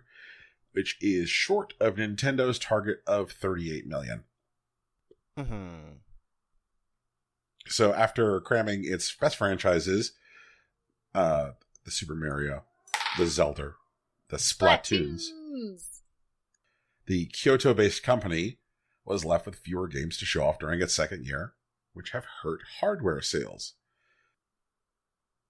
Labo has failed to sell with the numbers that Nintendo was looking for. According to investment analyst Cornelio Ash, who is an analyst with William O'Neill and Company, said all great consoles need a great second year. Nintendo has not delivered one for the Switch. Investors thought over 5 years this could sell maybe 90 million units, but after this year, that's looking pretty much impossible. Holiday quarter historically counts for about half of Nintendo's sales, and analysts have been reducing their full year estimates for operating profits and revenue since March. Nintendo has dropped 33% of its market cap since January, which has wiped out more than $20 billion in the value of the valuation of the company. Analysts say that the Switch needs 3 things in order to regain momentum: a price cut of 33 to 40%, new hardware iterations that specifically target children, and key software releases. That said, 20 out of 23 Bloomberg analysts polled still said the stock was a buy. So,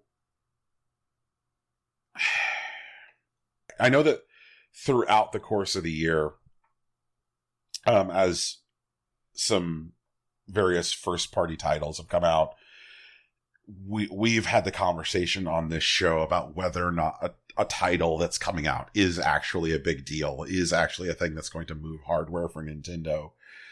I think none of us were out here saying that, like, Sushi Striker was going to move consoles, fortunately. None of us were wild enough to be like, no, man, Sushi Striker, that's going to move boxes.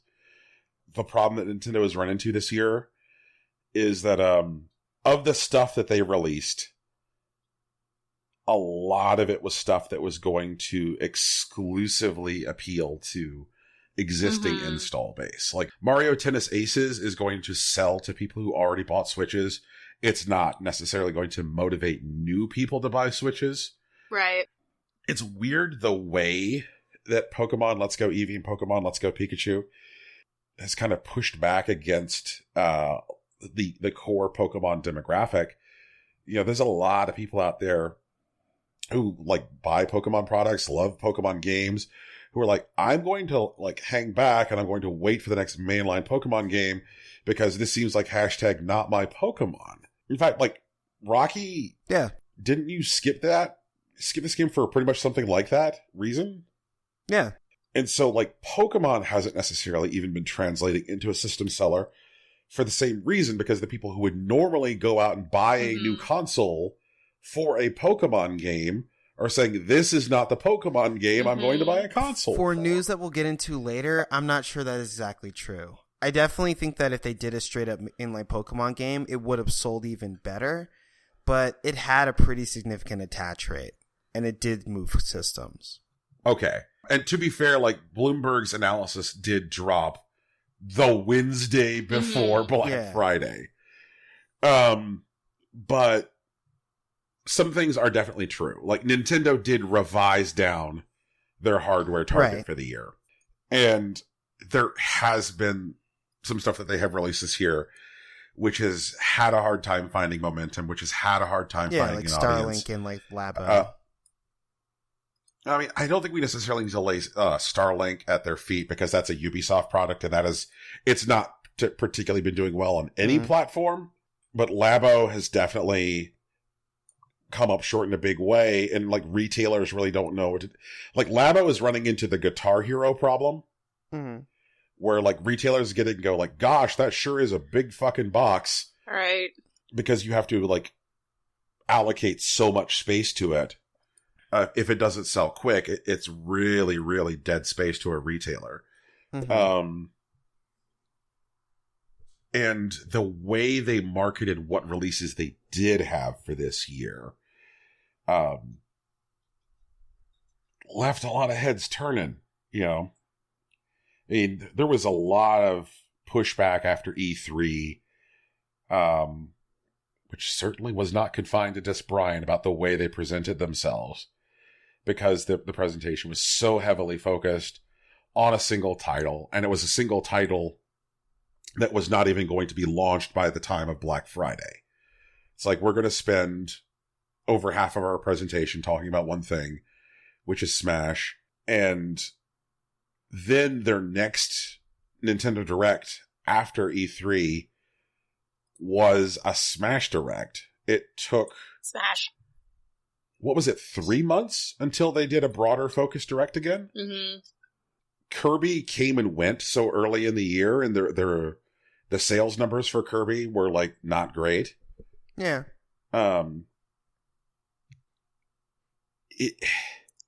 It feels like Nintendo kind of took a knee this year. I don't think necessarily that the year is, like, catastrophic, and I don't think the Bloomberg analysts do either. Mm-hmm. Like, considering that, like, 20 out of 23 people, 20 out of 23 of the analysts that they interviewed said that they would still call the stock a buy, I think is telling. And I do think that, like, Cornelio Ash specifically is being hyperbolic when he says that he thinks that 90 million units is impossible at this point. Right. But I do think that Nintendo did not do a great job in 2018 of selling themselves to a broader market. Mm-hmm. It'll be interesting to see how they react and shift in 2019 based on their 2018 performance. Like, there's all these different rumors coming from good sources that say that there is a hardware iteration for the Switch coming, and I'm wondering if that hardware iteration is something which is more specifically targeting, like, younger users, like something where, like, the Joy-Cons don't detach, or is a more durable, more like unlikely to. Is it a 2DS version essentially? Right. You know, like the here's the one that won't break. Because I think if it's like a higher end Switch, that isn't necessarily the kind of hardware iteration they need right now. They don't need a PS4 Pro. They don't need an Xbox One X. They need a 2DS. Do you think they're in a position yet, guys, where they need a price cut? No, not really. Yeah, not really. I think they're still okay. A lot of people were spooked because of, like, the PS4 Slim, like, coming in at, like, $200 bundles. With Spider-Man. And it looks like, I guess, I'm going to actually say the untrained eye, that they're trying to undercut Nintendo's market position as, like, the more affordable, like, console. But I don't think that endangers Nintendo's position at all. And this year, while, like, they did have some releases, and Let's Go and Smash are definitely the biggest ones, Labo did flop through the summer, but they spent a lot more time, like, opening up the Switch to, like, the indie market. That's definitely different from, like, you know, following up on Zelda and whatnot this year. I really feel like Nintendo strategically took a gap year, which is different than what a lot of consoles do, but I don't think it's particularly bad for Nintendo. And I think that touching on the third-party support thing is key, Rocky. When we look at, and I specifically want to point at Sony here, Mm-hmm. you know, console manufacturers who are increasingly leaning on, like, major tentpole releases from, like, multi-billion-dollar companies like Activision, that doesn't feel like especially forward-looking, and it feels like being well-positioned in an indie marketplace is a better way to be, because that means that you can have a larger software library faster, at various price points to keep all your customers happy. Mm-hmm. I think that, like, Nintendo's relationship with the indie marketplace has been a good thing. Like, right now, there are over 1,000 games available for the Switch. 1,300 actually now. Wyland. Including some of your favorites, like Undertale. And this has to do with the fact that, like, they have been so engaged with building those relationships with indie developers and indie publishers. Mm-hmm. Lot of good stuff out there Mm-hmm. on, you know, in the indie space on Switch. And I think that the problem is that, like, people just got so used to the idea of a Nintendo marketplace that is only really populated by first-party releases. Yeah, major Nintendo first-party releases, that the idea of, like, having a lot of other stuff to do on a Nintendo console, which isn't necessarily stuff created by Nintendo, is something that probably needs, like, broader customer awareness of. Because, like, you know this, I know this, but does Joe Consumer know that there's a ton of shit to do on a Switch, which isn't from Nintendo? Because they still have their relationships with, like, traditional third-party publishers, while getting better, still have some gaps which are noteworthy because they're the kind of things that people are buying for PS4s. Like, people are buying Call of Duty on a PS4. Activision has massive ad campaigns to let people know that the game is on PS4 and Xbox One. Yeah. But, so, like, the fact that, like, even third-party publishers, like, say, Bethesda, or even the other arm of Activision, Blizzard, supporting the Switch in the form of, like, Diablo 3, like, the third-party releases are there. They're just not the, like, ubiquitous, super mega casual games like Call of Duty or Madden that everybody's like, oh, okay, like, the stuff that, like, the people who only buy 1 or 2 games a year buy every year. Yeah. Well, FIFA and NBA are already on the Switch, so I would expect probably Madden will join eventually. Yeah, like in August. Mm-hmm. Yeah, whenever they figure out what the heck they're doing with their next season.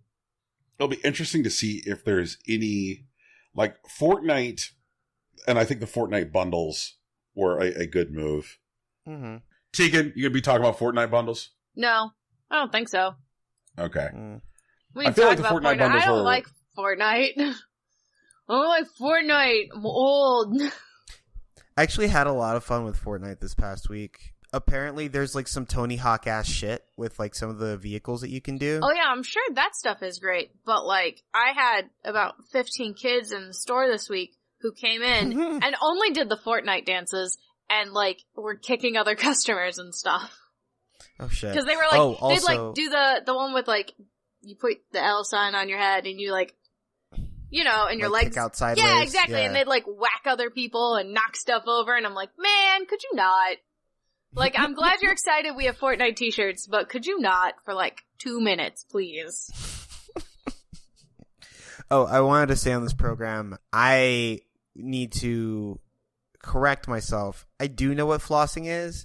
I do know how to floss, like, specifically the Fortnite dance. I just was unaware of what it was called at the time. I still don't think I've seen Backpack Kid, but I probably have also seen Backpack Kid. Did you watch the YouTube Rewind? I did not. Oh, no. Because that would have been the easiest way to see it. So anyway, people are assholes. Ah, well, yeah. And this is that news? Yeah, well, it leads into my news, see? Oh, okay. So people are assholes, and somebody in Mexico started selling Super Smash Bros. Ultimate early, and now it's all over the internet. Yay! I didn't know it was in Mexico. That makes a lot of sense. Fuck. Right? Yeah. There was a store in Mexico just selling them, and now there's a ton. They're just all over the place now. The league's legit. It's the whole game. You can watch it live. People are playing it. Ridiculous. Ridiculous. So, this is why we can't have nice things. And I hope everyone is satisfied. There was, Kotaku had an interview with a hacker called JJ.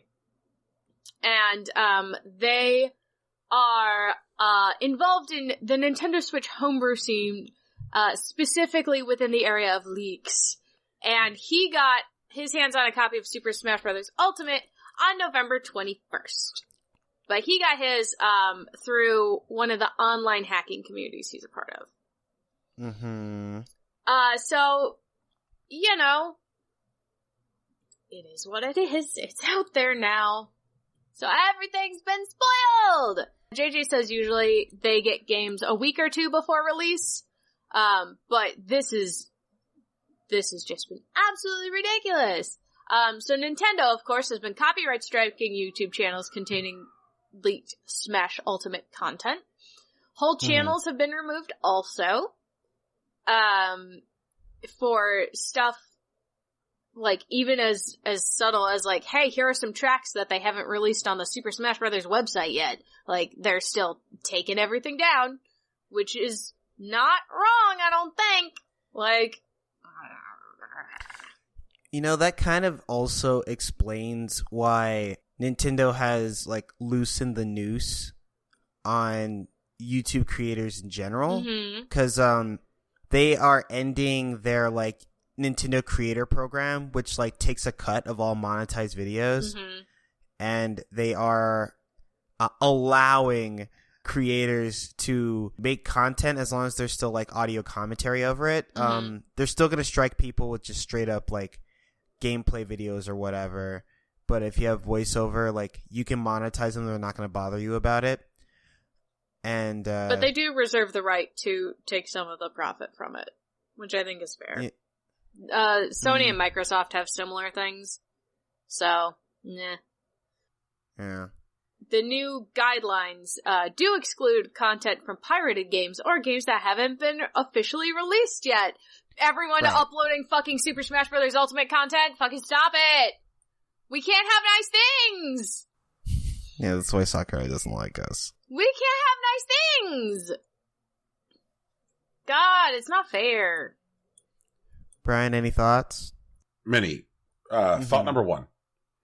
People, look, street dates in general are dumb. However, one of the major advantages of street dates is to give media an opportunity to sit with a product in an environment where they can play the game in ideal circumstances for a long enough time to prepare a review that will be cogent and helpful and available at time of launch. So that way you, consumer who's not sure about a product, will have an opportunity to read the opinions of somebody you trust, or in the case of people who are just looking for hype, think go stare at Metacritic and jack off all over yourself. But that doesn't happen without having a single day of release, so that way before that single day of release, media has an opportunity to complete a review. Now, there are certain types of like things that reviewers will do to put a game through its paces, which come from years of experience and probably an established style book, depending on like what outfit the reviewer works for. Like, hey, we always do X, Y, and Z with a game. And if somebody just has a copy of the game that they got early, then there's things that they're not going to be able to accurately report that they would if they had the game legitimately. Like, oh, I don't know. Like, let's say you get a copy of the game and Nintendo doesn't know that you have the copy of the game. Then are they going to be doing stuff like pushing patches to your Switch for the game? I don't know. I can't speak to that. Like, if somebody from like an unauthorized outfit, you know, like an IGN or a GameSpot or a Giant Bomb has the game and the game gets patched, then they're going to get the patch. You know, they're going to get the patch. But if like Joe Streetbreaker has the game, does he get it? Because I don't know how Nintendo delivers those kind of fixes. Like, well, I don't know if they'll get the game. They'll get the patch for the game. Also, a lot of times in games which are specifically multiplayer before launch,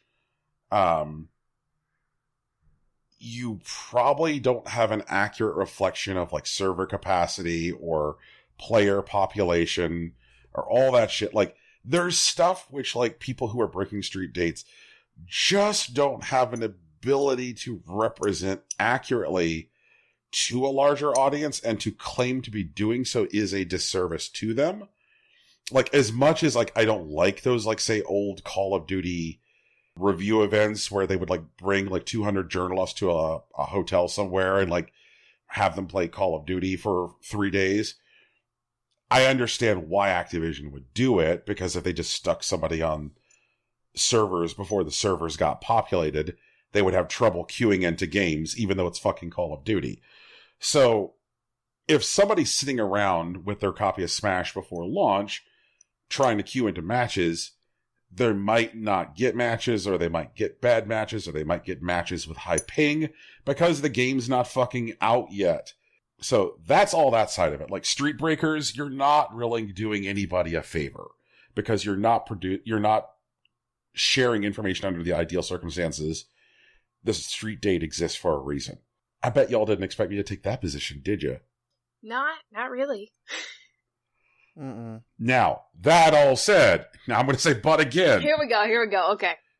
It's the mix-ups. Yeah. Nintendo, the way you have delivered information about Smash over the course of the year has created an environment where the Street Breakers would seemingly be rewarded for this kind of behavior. When that initial Smash trailer came out, and we couldn't even tell if what it was going to be a re-release of the Wii U game or not, like, they have absolutely drip-fed information. And it's amazing. How can you simultaneously drip feed information and yet have a direct which amounts to like a 45-minute PowerPoint presentation? Like they've done both. And so, and there've been enough times during the life cycle of this of Smash news where like Nintendo has said, surprise, we didn't actually tell you everything. Surprise, we didn't actually tell you everything. Surprise, we have more information because we didn't actually tell you everything. That people now can correctly assume that there is stuff that Nintendo hasn't told, despite the fact that they've had multiple presentations that they have closed by saying, and now we've told you everything. Because they have come back out and been like, hey guys, we just want to let you know, we haven't told you everything. And so there is stuff about the game which these jerks with their ill-gotten copies of the game have been able to leak because Nintendo is looking to do this thing where they come back out and go, surprise, we still haven't told you everything. And I think that if they had not been so deliberately obscure with the way they were like sharing information around Smash, there would probably be less incentive for these people to do this shit. Now, that does not excuse those people's behavior at all. They are using a product, a copy of the product that has been obtained through ill means, whether like it is a retailer breaking a street date or a game that has been stolen from a fucking warehouse. Like they're getting it through dark deeds. Those deeds stay dark. It is a bad scene. Naughty. But Nintendo, the way you have communicated with the world at large about Smash has created the impression that at any given moment, somebody is going to say, but wait, there's more. We haven't told you everything. Like, I'm fully convinced that when people buy a copy of Smash, get home, fucking Reggie is going to kick in their door and go like, I just threw Tim out the window, but there's more to tell. Yes! I would kill for that. Rip Tim. Yeah. I don't know how many times we've thrown him out that window. It's 4 times now, actually. Yeah, like, but like when they did their most recent character reveal where they're like, look, Ken is in this video game and there's a fucking piranha plant. I was kind of at a point where like, wow, man, like, I really thought that you guys had shot your load. I thought that we had already gotten everything because at that point we'd already had 2 different times where they had told us and that's everything. And so they got to the end of the presentation with like, you know, Ken and we're like, okay, and that's everything. I'm like, yeah, but this is now the 3rd time you've told us this is everything. I don't think they actually said that this is everything. I think they said like, that's all for now. Yeah. I knew they were missing characters. Like Ken and Incineroar and Piranha Plant, they said those were the last characters that they had at launch. They mentioned that they're adding, like they talked about the Fighter Pass, which like has additional character stages and music. They briefly mentioned Spirits, and they told us that there is a single player mode, but they didn't tell us anything about those things.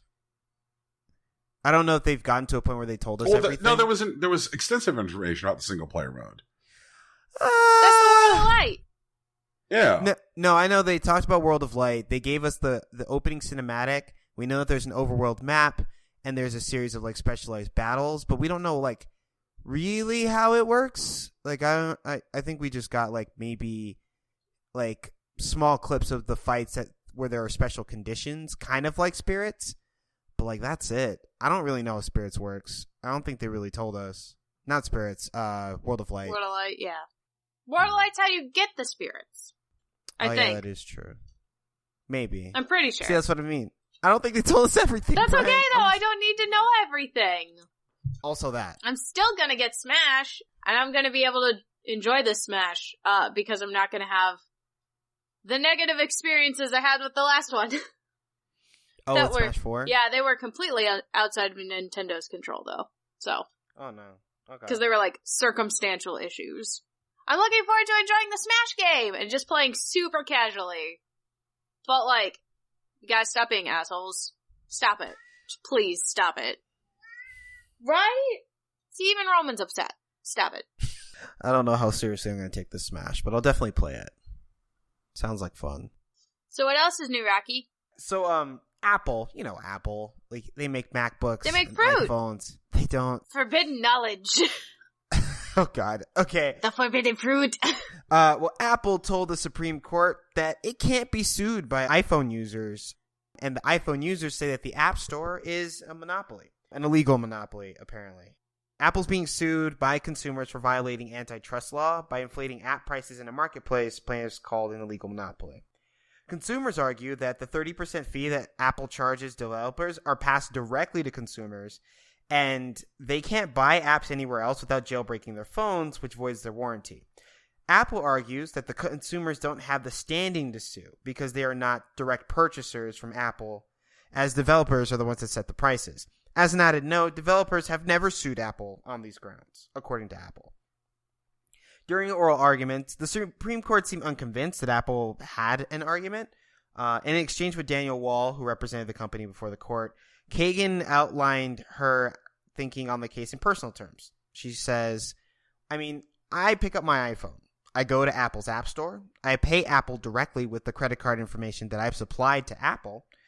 And from my perspective, I've just engaged in a one-step transaction with Apple. Two of the court's conservative justices, Samuel Alito and Neil Gorsuch, went as far as suggesting that the Supreme Court precedent that Apple based its argument on may need to be revisited. A coalition of 31 states, including Texas and California, filed a brief with the court asking them to overturn the Illinois BRIC doctrine, which Apple's using to base their argument.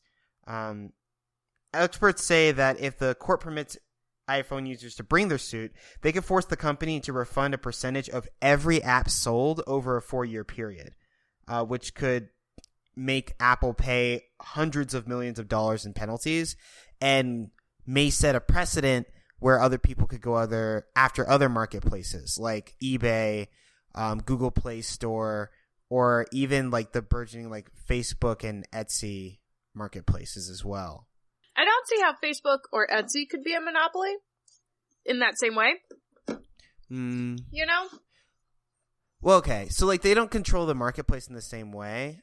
But what they could do is that they could open, like, a standing to sue. Because it's true that Apple has developers set their prices, but they also have, like, controls where, like, developers can set their prices at, like, certain numbers. Like, they'll basically, like, pick 3 of these prices, and that's one of those is the one that actually gets charged to consumers. Like, Apple definitely has an unprecedented amount of control over its marketplace.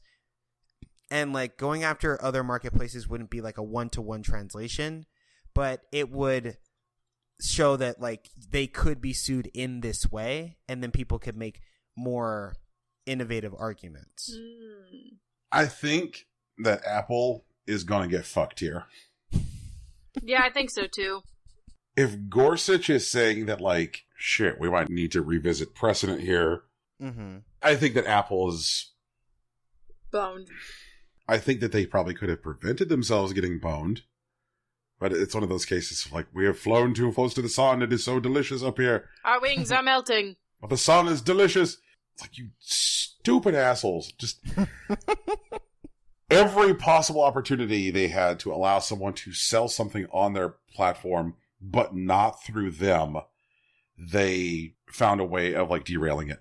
Do y'all remember when, like, Steam was getting ready to launch their app on, like, which was like, hey, you can now use this to, like, stream your games, and, like, you can use a Stream controller with it, and it's gonna be fucking great. And like Apple said, nah, you're not going to do that. They're like, nope. And like, it had nothing to do with like the stream capability or anything like that. And it was just basically that like, oh wait, the games can be bought through this? Like, no. And so like Valve had to go back and come up with a version of it which didn't allow for the purchase of products. It's fucking ridiculous. Like, like I have the Amazon Video app on my phone, which I can use to browse for, you know, videos to watch. And on the Android version of that app, you can also purchase video content. But in the Apple version of the app, you cannot, because Apple's like, oh, are we getting our 30%? Oh, well then fuck off. Just... It's ridiculous. It's really fucking ridiculous. And for them to, like, then, like, on top of that, assert that, oh, well, you're not a direct... like, that's like claiming that people who go to the fucking grocery store and buy a gallon of milk are not buying it from the grocery store. They're buying it from the farmer. Yeah, it's like, that's just simply absurd. Mm-hmm. And then be like, oh, well, the developers never sued us. Like, oh, the developers never sued you. It was like, really? Yeah, you mean the people who are, like, cowed into a position where you are literally the only game in town did not bite the hand that fed them. Fucking Christ, Apple. Like, it just... Yeah, you know, we're in an abusive relationship, and the thousands of developers and publishers out there that we're abusing never said anything. Everything must be fine. They like it like this. They like it like this. I could see Apple starring on a fucking episode of Cops. You know, cops show up, and they're like, what's going on here? And Apple's like... Nothing. And, like, looks over to a developer. Everything fine, honey? And, like, yeah, we're good. You know... It's just I can't wait for the Apple Lifetime movie. Where like the scared developers are just trying to like escape. Like they're gonna pick one developer and like make a Lifetime movie about them. And it's gonna have some really cool title like "Not Without My 30%." Like, right. It's weird because like on one hand, like we don't give Apple a lot of shit on this show. Yeah, because we're primarily focused on like the console and PC space, but Jiminy Christmas, whenever an opportunity does come up to give them shit, like you're like, oh wow, like you guys are like top tier evil, like you really are like make fucking EA look like amateurs, you know, level evil. Congrats on that. Oh man, I don't know. Yeah. Well, at the moment, like they gave oral arguments like last week, but there isn't supposed to be like an actual like decision until like June. So we'll probably check in around then when we get that. See what happens. If they overturn Illinois Brick, like that's actually going to be the big thing because that's what's going to open up like other marketplaces to suit. Because what it means is that the people who maintain the marketplaces aren't inculpable. And so they would be able to use... They wouldn't be able to use that defense, at least specifically for antitrust. And that line of thinking may extend to other arguments in the future. Is the Illinois Brick thing what Facebook is using in their defense of a girl being sold on their network? Actually, I don't know. I don't know if that's an antitrust suit, because that's the actual issue. Because like the iPhone users are seeking specific damages. They want money back because they feel like Apple has been stealing from them by proxy through developers. Gotcha. But I don't know if the trafficking case is specifically looking for monetary damages as opposed to like culpability in the accessory to a crime. Gotcha. Okay. Fair enough. I'm a decent fake lawyer. Rocky, you should be a real fake lawyer. One of these days. We'll see what happens. Brian, do you have another story for us? Yes. Bethesda is stupid. Amazing! Wow! Shocking news! Breaking news! No one knew this! Wow! Bethesda's fucking dumb! What'd they do this time? Man, those guys are having a year, aren't they? You remember how they released that video game that made so many people angry that they put out basically a apology, non-apology for the game being shit before the game came out? Yep. They're like, hey, everybody, Fallout 76. It's going to be garbage, but it's a journey. We're going to go on that journey together. It's a journey of garbage. It's definitely a journey of hoarding garbage. I didn't read that statement. I blew it off. Big Todd. Oh my god. Howard. They put out the Fallout 76. Everyone's angry at it. Uh-huh. Mm-hmm. And they put out their $200 collector's edition of it. Mm-hmm. Yep. Which included a stupid power armor helmet. The power armor helmet is great. Uh-huh. I'm just gonna say, the power armor helmet itself is really cool. I have it. I have it upstairs. And it's really cool. Just in case you were wondering, the internet is already littered with pictures of naked girls wearing the helmet. I didn't need to know that, but... Of course. Okay. Well, I mean, there's just 43. Yeah. It's always in the back.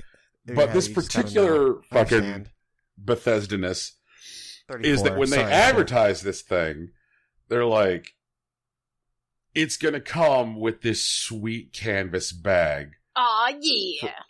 For storing your fucking power armor helmet. I love canvas bags. And people were like, oh, wow. That seems nice. That seems... It's going to be durable as hell. You're going to be able to put your bowling ball in it. It's going to be great. Yeah. And when he was outlining awesomeness to the collector's edition of Fallout 76, on the stage at E3, one of the items he called out was this canvas bag. So that collector's edition shipped. Mm-hmm. And what people found inside of it was not a canvas bag, but instead a shitty nylon bag. Yep, a shitty nylon bag. Makes a lot of noise. I'm afraid it's gonna snag on stuff. Sucks. So Bethesda support released a statement on Twitter that says, "We understand and respect there is disappointment with the bag in the Power Armor Edition. We are sorry. Please contact Bethesda support and provide proof of your collector's edition purchase. They will assist in granting your account 500 atoms." That's bullshit. All right, what are atoms? Like, is that 500 atoms are a in-game currency in Fallout 76. 500 atoms, is the equivalent of about $5. Yo, what the fuck? I just want my bag. Yeah, I want the bag I was told I was gonna get. A nice canvas bag that I could put my bowling ball in while I'm wearing my Power Army helmet. That's all I want. Am I gonna get it? No. Bullshit. So, the story gets a little bit worse, everyone. Oh, it does? All right. Yep. Bethesda did not provide the game to traditional media before launch. Mm-hmm. They did, however, provide the game to hashtag influencers before launch. And at a launch event for influencers, look at what they gave them. I put a photo in the doc. That looks like a canvas book bag. It's a pretty sick. Doesn't that look nice? That looks like a very nice purple canvas book bag. So it doesn't look big enough for the Power Armor helmet, but it is definitely a canvas book bag. You fucks. You absolute fucks. Are you shitting all over both of my testicles? This is bullshit. What the bullshit. Crazy That's a lot. I hope no one shits on my testicles, please. I hope they do. I'm angry about it. Well, no, why do you on want their people to testicles. shit on Rocky's testicles? But not on my testicles. I didn't do anything. Tegan, please. Instead, they're shitting on mine. Amazing. Oh, man. I'm shook. So, I feel like it was bad for them when they sent out an island bag. And it was bad for them when they sent out an island bag and said, please accept this coupon for in-game bullshit. For $5 of in-game bullshit when you spent $200 plus shipping on this thing. Fuck you. And then when it was revealed that they actually had gone to the effort to get canvas bags made, just those were canvas bags they were going to give away for free to people to provide positive coverage of it on YouTube. Yeah. It's whack. It's a bad look. I just wanted a cool bag. So, I mean, I guess the collector's edition had to ship with bugs no matter what. I got the bug that got me a nylon bag instead of a canvas one. It's bullshit. So, Please fix Bethesda. congrats, Bethesda. Bethesda, You please are- obtain for me my canvas bag. I am an influencer. I am doing the reviews. The hell? The hell? I have been snubbed. I've been I don't think snooped. we're really influencers yet, Teagues. We're influencers. I want my canvas bag. Duped. Oh, man. Can we sue for that? Oh, wait, you can. Wait. I saw this online. Because what was promised was not delivered, and the change in product wasn't communicated to the purchasers. Technically, you can sue. However, if you accept the fucking 500 atoms from Bethesda, you can't. Because you've agreed that is adequate compensation. So instead Tegan, of taking the 500 atoms, sue them. Tegan put together that class action lawsuit. Okay, I will start. Find a real lawyer. Like, a good one. Rocky, find a good lawyer. Ah, shit. I'll work on it. Yes! Amazing! I'm gonna get a canvas bag! That's all they I'm really an want, influencer! Bethesda. Just honor your promises. Shit. So, Tegan, tell us about Black Friday. Tell us about Black Friday. Okay, it was exhausting. So I was up. I had to go into work on Thanksgiving in the evening, and then I was up most of the night, and then I had to go into a regular job, and then I had to go into job again and work until late at night, and it was tiring, and people were like, where's the Spider-Man bundle? And I was like, we sold out yesterday, duh! Oh, shit. Why are you asking me about it? Oh, wait, no. You mean Yeah, Nintendo's Black Friday. Yeah. That's what we were hoping for. So, Nintendo had a pretty good Black Friday and Cyber Monday, you know. Pokemon Let's Go has officially sold over 3 million units worldwide, and Nintendo is saying, this is a core Pokemon game. And the fans are Wait, like, did they really say that? they really did, yep. God Yep, damn it, yep, Nintendo. that's the thing, they actually said, yep. And people Oh, are like, shit, Rocky, now you have to buy it. yeah, now Nah, you gotta fuck buy that. it. It's mainline. It's mainline. I'm not gonna force a Pokemon to be modest when it's already, like, bold. I refuse. I'm not gonna do it. It's great. Do it. Abuse your partners. Oh, no! No, I'm kidding. Don't do it. Don't do it. That's bad advice. That's bad advice. Don't do that. Real bad advice. So, they said it was a core Pokemon game. That doesn't mean it's a mainline Pokemon game, quote unquote. Oh, quote for unquote, fuck's quote unquote. Right? Right? I don't know Yeah, about that's that one, some Teagues. bullshit. That doesn't sound like it's it, Chief. So, like, even though it's not a mainline game, it did sell over 660,000 units in Japan alone during the first 3 days of its availability. So, you know, cool. In addition to that, the Switch is Nintendo's big holiday hit. Over, let's see, So, the console in the US had its best-selling week during Black Friday, Cyber Monday, and that sent its sales up to 8.2 million units. So, you know, that's cool. And then, on top of that, sales of first-party Switch titles, including digital downloads, topped 1 million units during the same period, which rose by 78% year over year. The 3DS also had strong holiday sales, and now the handheld has an install base of 22 million consoles in the United States alone. The SNES Classic surpassed 2.5 million in lifetime sales over the holidays. The NES Classic has just eased past the 2 million sales mark. So, you know, pretty good. The Nintendo has said that quote, overall, total U.S. hardware sales for Thanksgiving through Cyber Monday increased 45% over the same period in 2017. This demonstrates that Nintendo has something for everyone this holiday season. So, that's a thing too. And then, Reggie came out and was like, yeah, we make 60% of our US revenue during the holiday season. That's just how we do. It's critically important to our company. Amazing. Wow. That's kind of interesting that, considering he said that after Nintendo's latest financials, where they said that hardware sales for the first half of the year totaled 5.7 million units. So, you know. They're moving the shit, Brian. Yeah!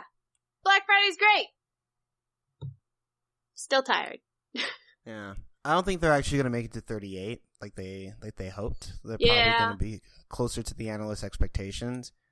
Mm-hmm. But they're doing stuff. They are doing stuff. Yeah, and I feel like once we get more info on, I think Animal Crossing next year is gonna help. I think the Metroid 4 is gonna help. You know, and like Three Houses is probably gonna do really well. Mm-hmm. Especially since all Fire Emblem has right now is that fucking gacha game. Right. Do you think that Fire Emblem is the kind of game that sells consoles? Yes. I think it is now. I don't think it was like 5 years ago. I barely think it was like when Awakening came out for the 3DS. But yeah, but the way that they're positioned now, like I think yeah, Birthright. I think Birthright and Conquest kind of brought them back into like more of the forefront of like games that people buy consoles to play.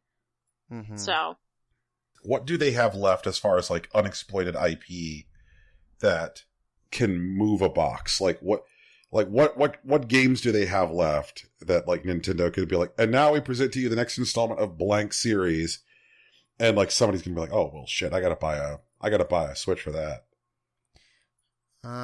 Like people are gonna buy a Switch for Animal Crossing. People are gonna buy a Switch for Metroid. There's gonna be I'm sure there's gonna be a special edition Switch too. So like for Animal Crossing and for Metroid with special Joy-Cons, you know. And for the sake of argument, let's disregard those for a second, Tegan. Okay. Because those may generate a new hardware sale, but they don't generate a new customer. Gotcha. So you might buy a new Switch, but you don't become two Tegans. Some people might. Some people might not just buy a new, like, the look of it may be an influence in whether or not you decide to finally purchase an item. But you don't literally become two consumers, is the No, point I'm making. Is that, like, yeah. if an existing customer rebuys the console because they're like, I've got to have that Animal Crossing Switch.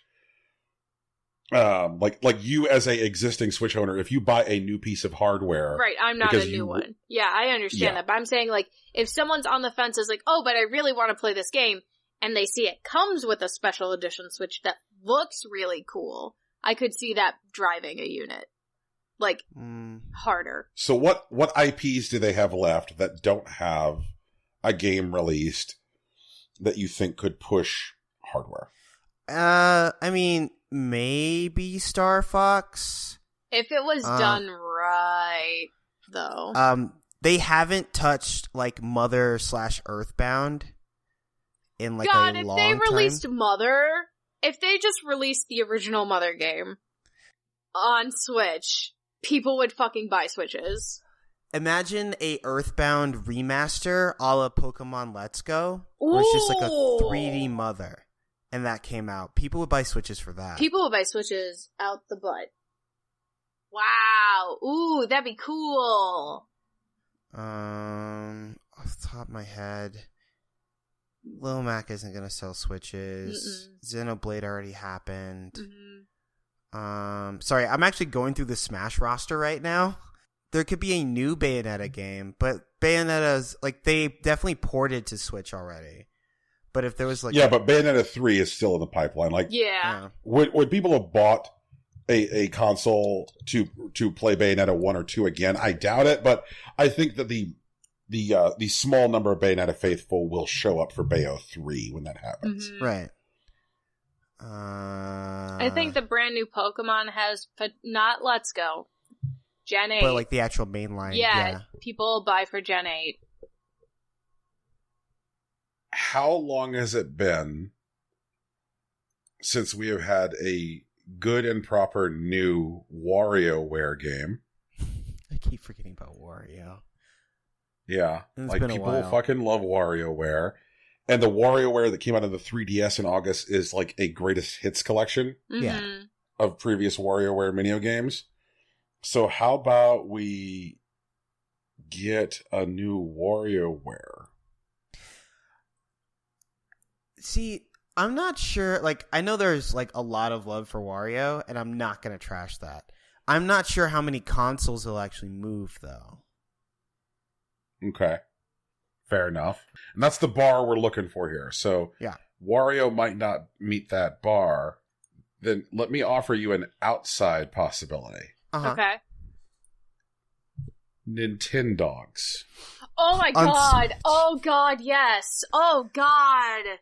People Nintendo- would We're talking buy a about, like- Switch for Nintendogs. When we're talking about things that are going to appeal to a broader, more like the Metroid people are the Metroid people. We know who they are. Yeah. We know who the Metroid people are.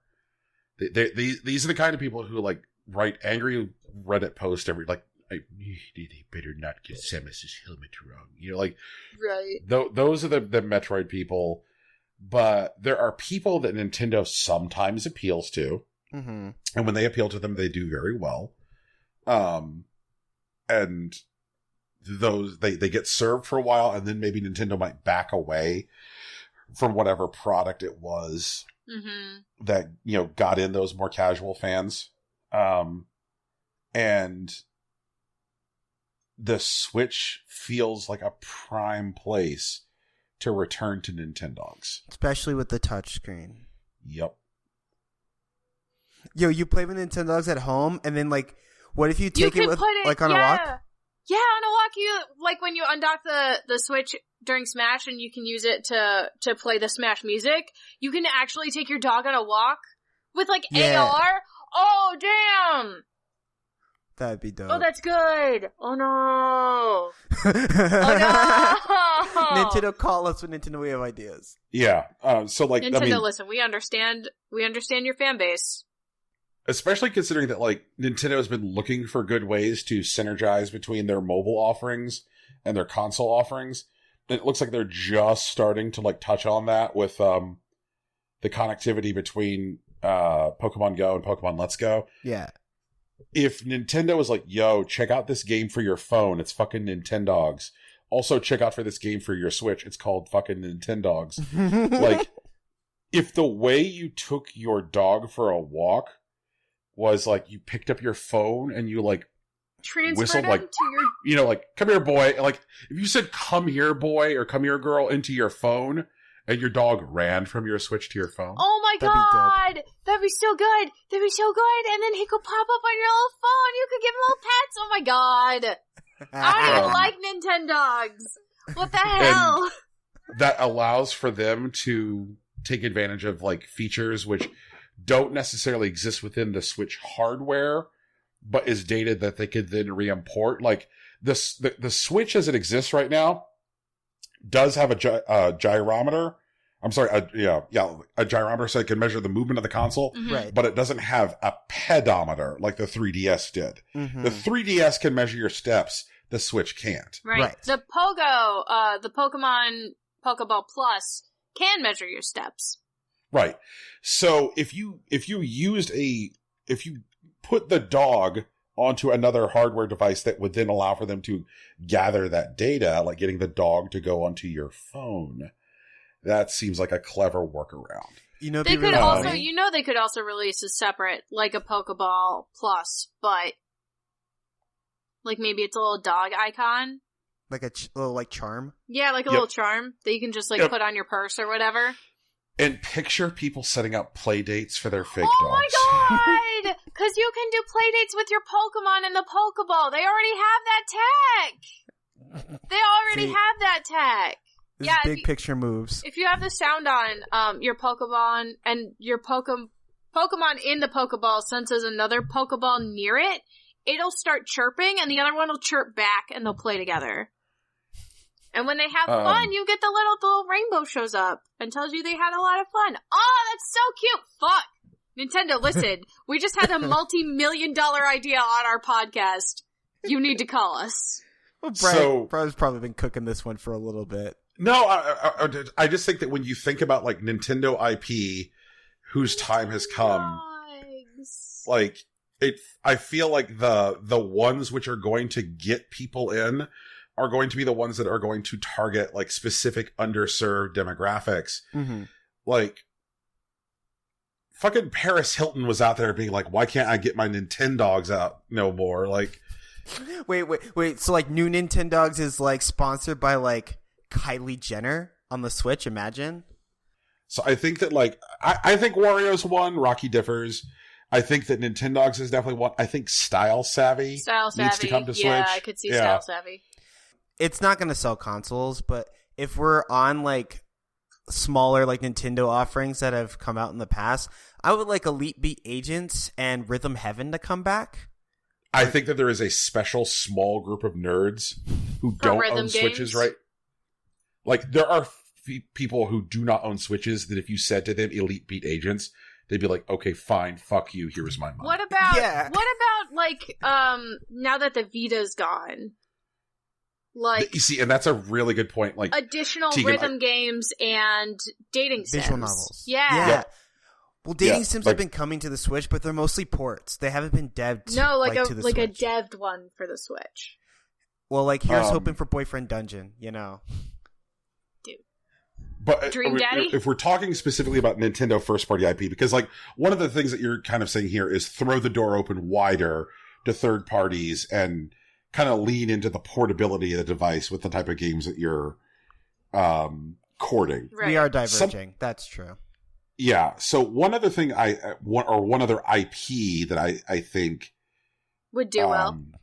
would do well and would get people to like. And I think that the call on Earthbound was a right one. That series. I think that the way you do it is not even just like a 3D remaster. not even like a 3D top down remaster of Earthbound.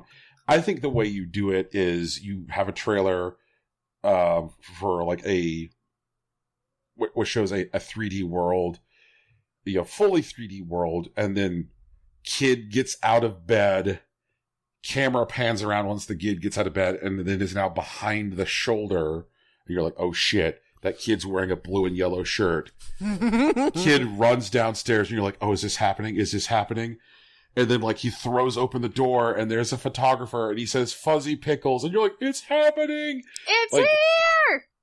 Like, you give us, like, the over-the-shoulder, traditional 3D adventure game camera perspective, Earthbound, and then you revise the way combat works in Earthbound, so it's no longer turn-based, Yeah, and is now action-based, all like a Zelda game. that could be Mhm. cool. I think the number, like the sense of humor and the world of Earthbound, I think is more primed to take off now than ever before. Like, especially in a world that like there are plenty of kids out there who are Undertale kids who don't even necessarily know how much of a debt Undertale owes to something else. Yo, they're gonna hear the real Megalovania. I'm in. Yeah. And like, just picture that, man. Like, big, beautiful 3D over the shoulder fucking Earthbound. Like, and I think that one of the reasons that over the shoulder Earthbound would be especially a good idea is considering the way that Earthbound always rendered its combat sequences was cutting to like First person. these large first person portraits of your opponents. It's like, okay, here's like the Shark Gang kids, and you're like, okay, as opposed to like the usual JRPG, fixed perspective, like you guys are all lined up on this side, you guys are all lined up on this side. So like, go ahead. On that note, I think, one of the things that came out this week that's minor news is that Splatoon's like last update is happening this month. And it would be really cool if they took like the Splatoon's like design animation team and put them on the next Earthbound in like that style. Yes. So we have like a 3D Earthbound with like a Splatoon like ish look, but like with Earthbound's like writing. That could be really cool. Yeah. The last IP I say that Nintendo needs to bring back, which is going to move consoles, is specifically designed to target folks in my age range.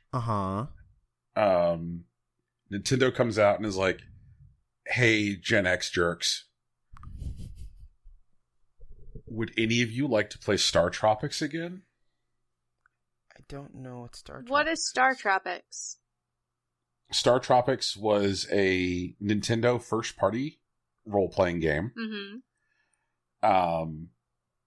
which was like following the story of a kid, Mike, who was going to visit his uncle, who was an archaeologist, and of course his uncle is Dr. Jones. So the game has this kind of like Indiana Jones, Goonies feel. Okay. And lots of like fantastic settings, but the settings feel more grounded in reality, like exotic, but not in like a fantastic way. Like there's not unicorns and shit, but there's talking parrots and dolphins and palm trees, and it you eventually get into like spaceships and shit, but only once you fully explore this like cool tropical setting and all this archaeology stuff. So like the game comes with this letter from Nintendo. Like you open it up and you're like, here's my game, here's my instruction manual, and here's my letter. And eventually when you're about 3/4 of the way through the game, a character instructs you to dip the letter from Nintendo in water. And you're like, okay. And so then you dipped the letter in water, which revealed hidden text on the paper, which was a code to open something in the game. Ooh. It kind of like pointed toward Nintendo's future of the way technology can be used to like create interesting play experiences or interact with your reality in interesting ways. One of my favorite things from Zelda last year was when they gave us those goofy shrines that were like ball puzzles. Realizing that I could simply turn my Switch over and not play the puzzle and just balance it on a flat surface. And Nintendo's like, yeah, we're down with that. Like you could totally do that if you want. You could just turn your Switch over or turn your Joy-Con over and just balance it on a flat surface so that way you're not in the ball puzzle. And Star Tropics was a game that like clicked for people of a generation. It was like a very Goonies kind of experience. And the game felt a lot like, in the way it played, like Zelda. And I'm a big fan of Nintendo finding interesting ways of like saving money to make things that are going to make them money. So it's like, guys, you've built this like amazing game engine for Breath of the Wild. You should be using that game engine to build more things than Breath of the Wild. So build this new Earthbound, build it using the Breath of the Wild engine, and give us Star Tropics. And give us Star Tropics with like weird AR shit. Like, I would love if like there was a game with an ongoing ARG. Like, I want people like going to the same location at the same time to advance Star Tropics. If the game just kept on like intersecting in and out of the real world in order to move the in-game game along. Because there was definitely an experience of going to school and being like, oh shit, did you dip the thing in water? Yeah, I dipped it in water. That was all cool. And there's something that exists in between that and like, say, a Pokemon Go raid, where instead you have a whole bunch of people showing up at locations to advance a game. It could be a good time. I think it could be a real good time. A slow cooker, but I think definitely the kind of thing that would speak to a certain generation. Rocky? Yeah, what's up, man? I'm seeing something here about loot boxes. Yeah, so there was a congressional oversight committee hearing last Tuesday. FTC Chairman Joe Simons affirmed Senator Hassan's request that loot boxes be investigated. The exchange took place in a Senate Commerce Subcommittee hearing that mainly focused on data privacy issues, mostly with Facebook, but ranged in other territories. Loot boxes are now endemic in the video game industry and are present in everything from casual smartphones to the newest high-budget releases, said Hassan, adding that loot boxes will represent a $50 billion industry by 2022, likely referring to a report earlier this year from Juniper Research. Earlier this year, the senator for New Hampshire wrote to the Entertainment Software Rating Board to ask how games with loot boxes are rated. The ESRB later added a, quote, in-game purchases label to games that include loot boxes. We have another quote from Hassan saying, "It's time for the FTC to investigate these mechanisms to ensure that children are being adequately protected and to educate parents about potential addiction and other negative effects of these games." She asked Simons if the FTC will investigate further and, quote, report back. Simons offered a simple yes. The Electronic Software Association, or the ESA, sent the following statement. Loot boxes are one way that players can enhance the experience video games have to offer. Contrary to assertions, loot boxes are not gambling. They have no real-world value. Players always receive something that enhances their experience, and they are entirely optional to purchase. They can enhance the experience for those who choose to use them, but have no impact on those who do not. In contrast to the ESA, the International Game Developers Association, or IGDA, took FTC engagement as a call to action and put out a statement that offered steps to effectively self-regulate. They said, as an industry and community, we should take the following steps immediately. 1, affirm an industry commitment to not market loot boxes to children. 2, clearly disclose the odds of different rewards when purchasing loot boxes, as many games already do to comply with Chinese law. And 3, launch a coordinated education campaign that boosts the awareness of parental controls that are available to appropriately limit how players engage with games. By not taking significant action as an industry and global game developer community to self-regulate how loot boxes are used, we run the very real risk that governments around the world will take that action for us and perhaps create significantly restrictive laws that could impact any random reward element in games. I did redact a bit of the IGDA statement. One of the things I did want to mention that they said from it is that they come short of saying that loot boxes are not gambling, but they do say that loot boxes, the way that they are implemented, run the risk of, quote, triggering gambling laws. But they're not gambling. Yeah, they didn't say it's not gambling, but they just feel like it isn't, which is, a mixed bag, I think, at this point. I mean, Belgium definitely hardlines on it. I'm not entirely sure it's exactly gambling, but I don't agree with the ESA where they say that the player always gets something that enhances their experience. Like, that's a really strong language for what actually happens with loot boxes. Mm-hmm. I don't know if, Hassan is really pursuing, a Belgian solution.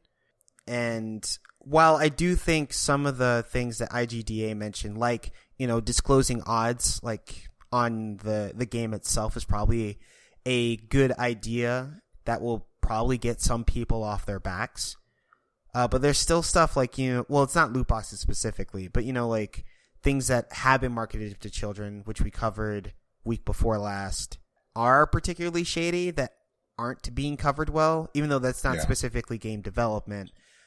It is definitely something that game development might very well get blamed for. There's some stuff that just feels like horse shit. But I think that when you say loot boxes are not gambling, they have no real world value, then... Why am I being charged real world money? Thank you, Tegan. That is exactly where I was going with that. If it has no real world value, I shouldn't have to pay for them. Yeah. Or whenever I see any, and I'm sure that you guys are familiar with this, whenever I see a listing of multiple loot boxes in a store, here's the price for 1, here's the price for 3, now here's the price for 50. Mm-hmm. And how often do you, on the one that's here's the price for 50, see the phrase best value? Yep. It's pretty often, yeah. Yeah. And I'm like, okay, so if they have no real value, then how can this be best value? So, ergo, quid pro quo, vis-a-vis, concordantly, go fuck yourself.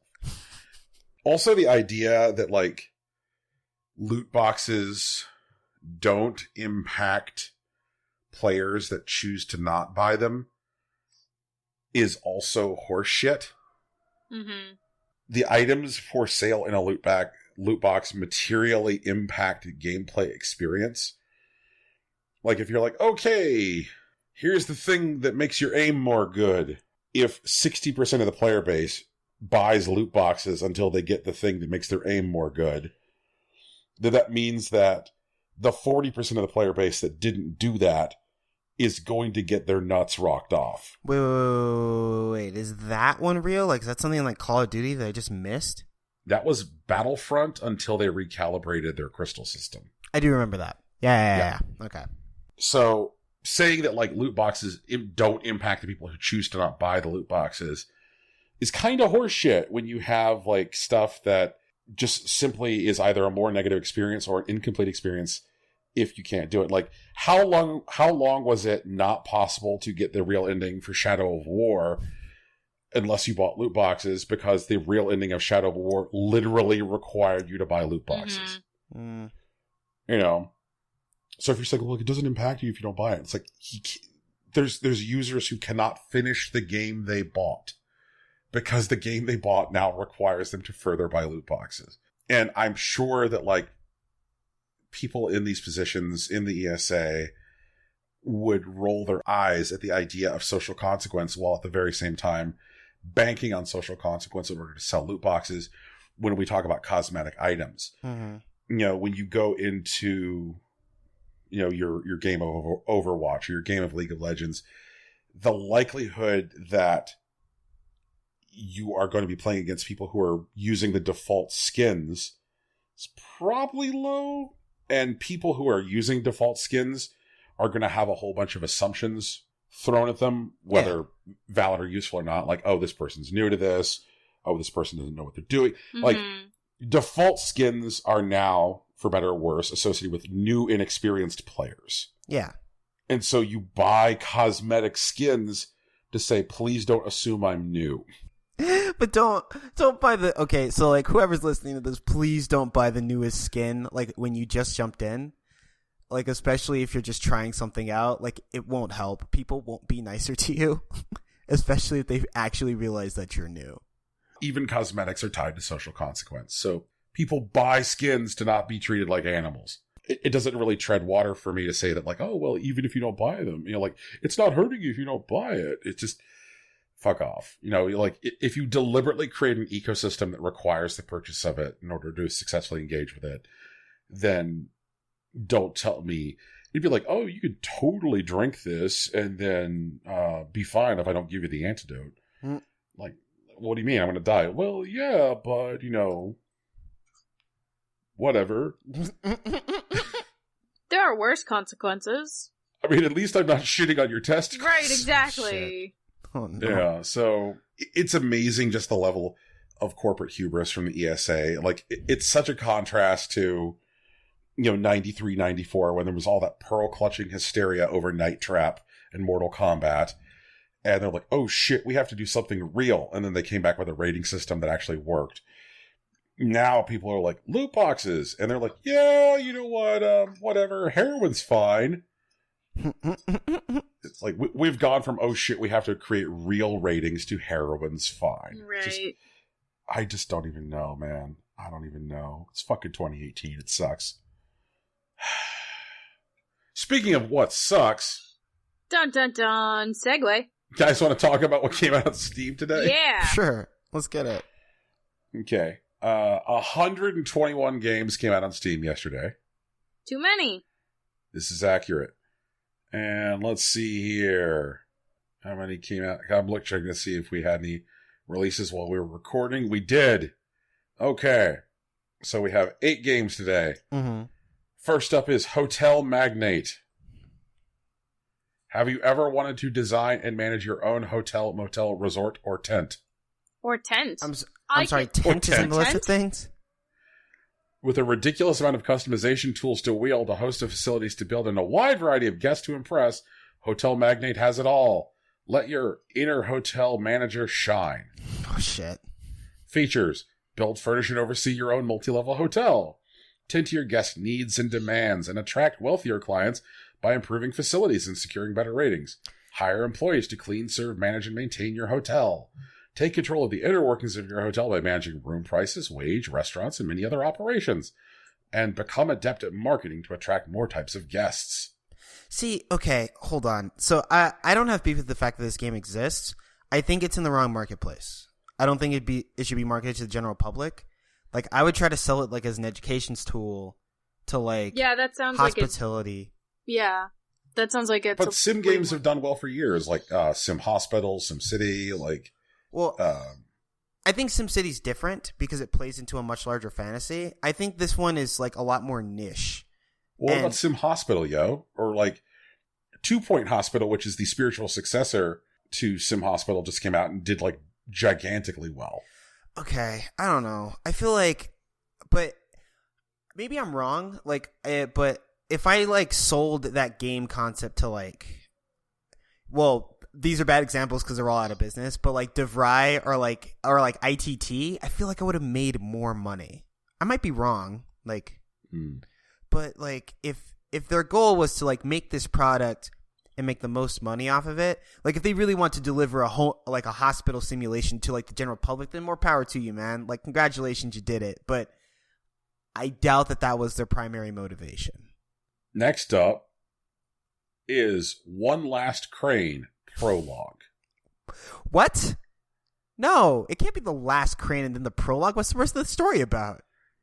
One Last Crane is a visual novel centered on Yuki Murakami, a boy who has brain tumor. After a long year of treatment without any positive results, he asks for his final wish to return to his hometown to fulfill his promise to meet again with his childhood friend, Saki Nishimura. Is this a dating sim?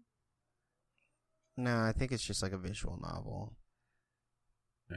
I don't know, man. Wait.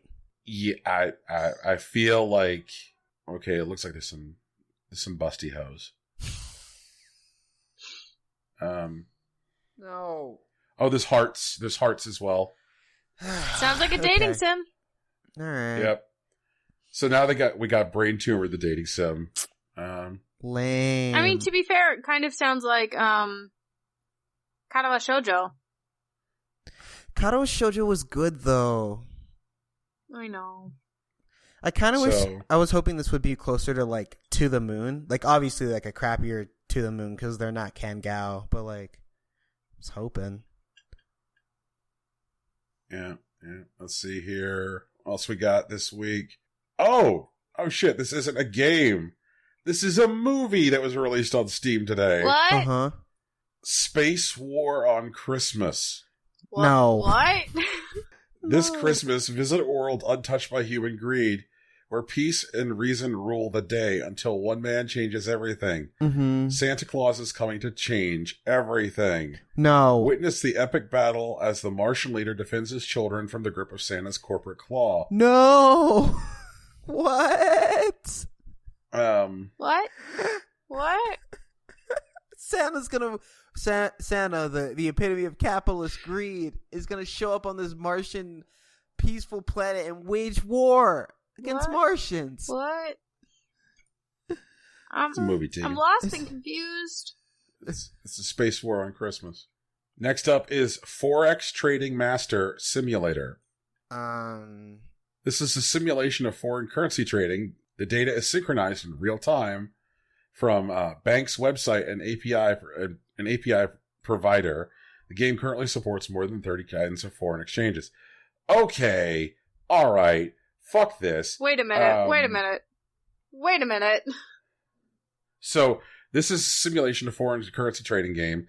It is synchronized in real time to actual foreign currency values. You can learn how to trade foreign currency in the game. The game currently supports more than 30 kinds of foreign currency exchanges and equipped with time-sharing trading charts to help you grasp market conditions. It has added features such as leverage, futures, quantitative strategies. The leaderboards will show you your rankings of players around the world. We plan to hold regular events to reward players who are participating in competition and are in the top 1 to 50. Why not just say top 50, dude?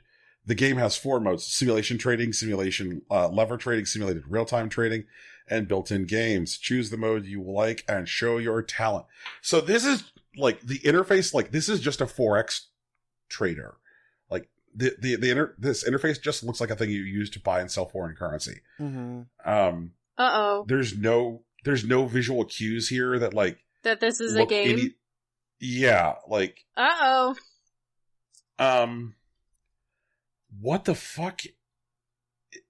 So it's just like fake Forex trader. Yo, let's find like a trader and then just like install it on their computer and let them think they're making trades for like a year. No, that sounds terrible. Maybe we shouldn't do it. Why is this game? See, this looks like another like educational tool that like, well, I mean, you don't need any formal education to be an actual trader, but like that seems like an educational tool that could be useful to like a company or something. I feel like this is marketed wrong. I think they messed up. All right. Next up is Palace of the Azure Dragon. Okay, that sounds like a game. That sounds like a dating sim.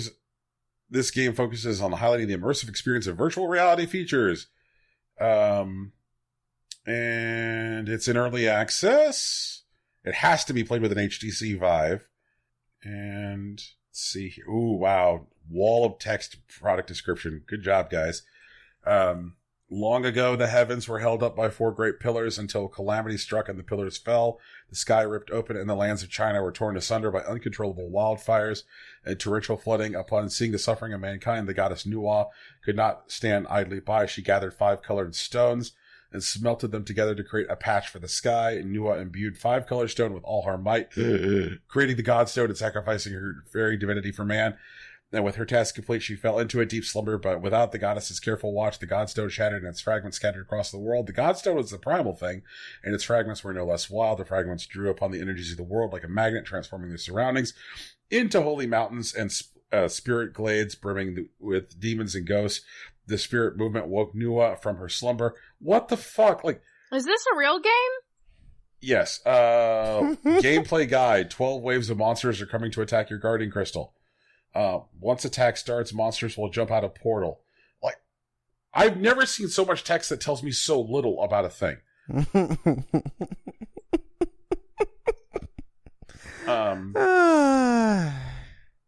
Good on you, Palace of the Azure Dragon. I have no idea what's going on. Okay. It sounds like a wave defense game, right?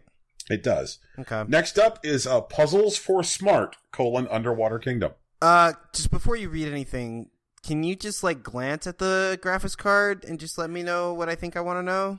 Oh, sure, Rocky. I'm going to look into that for you right now. Oh, for some reason, this requires a GeForce 9600 to run. Woo! Got him! Clean! Fucking Puzzles for Smart. Jeez. I got your puzzle, bro. I didn't have to look. I like how he's immediately like, wait a minute. I know. I got this one. Suspicion. Sorry, guys. For anyone, Brian, do the thing. Let the people know what I found, please. All right. There's no reason this idiocy should require this graphics card. It's way too powerful. It is a simple educational game. Collect puzzle with the image of Underwater Kingdom from the individual fragments of the... And then it just stops. Are we going to report it?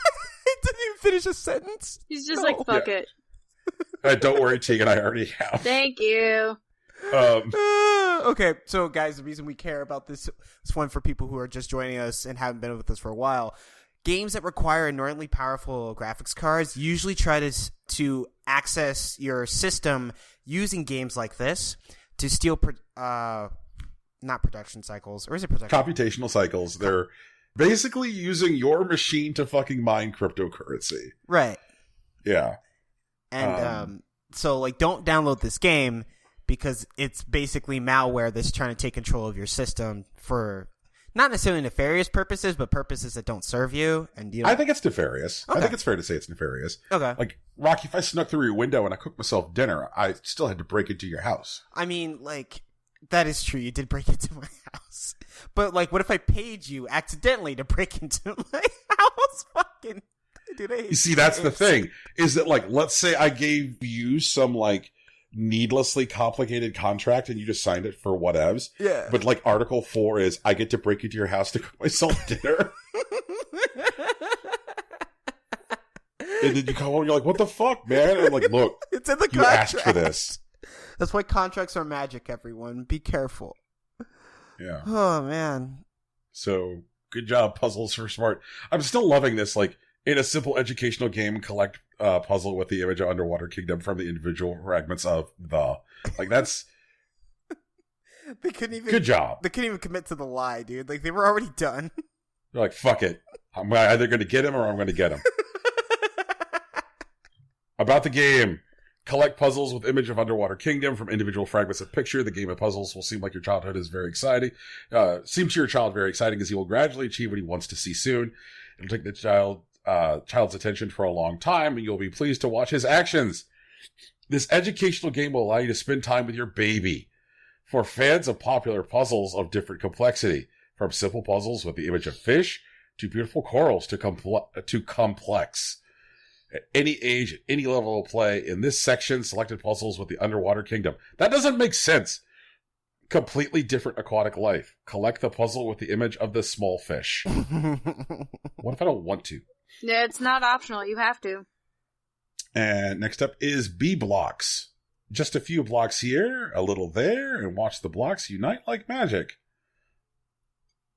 So stop me if you've heard this one. Mm-hmm.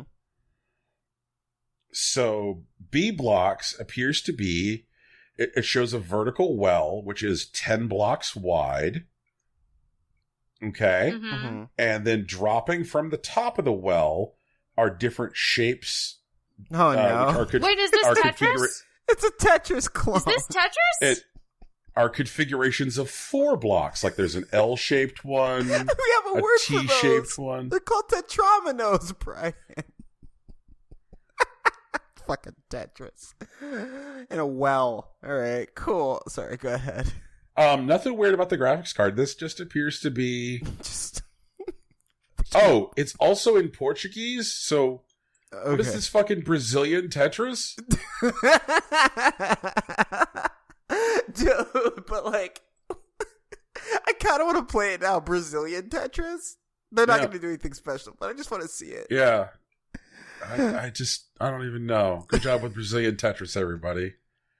I do like a guy trying to write a description of Tetris that doesn't say Tetris. That's fun.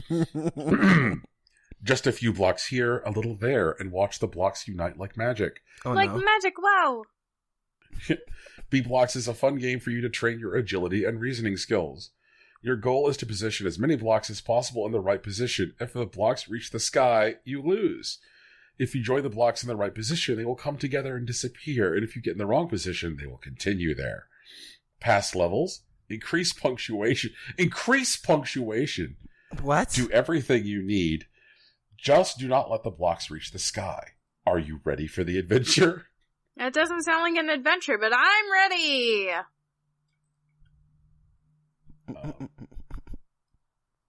What? Huh. Okay. And next up, we have Mars Total Warfare.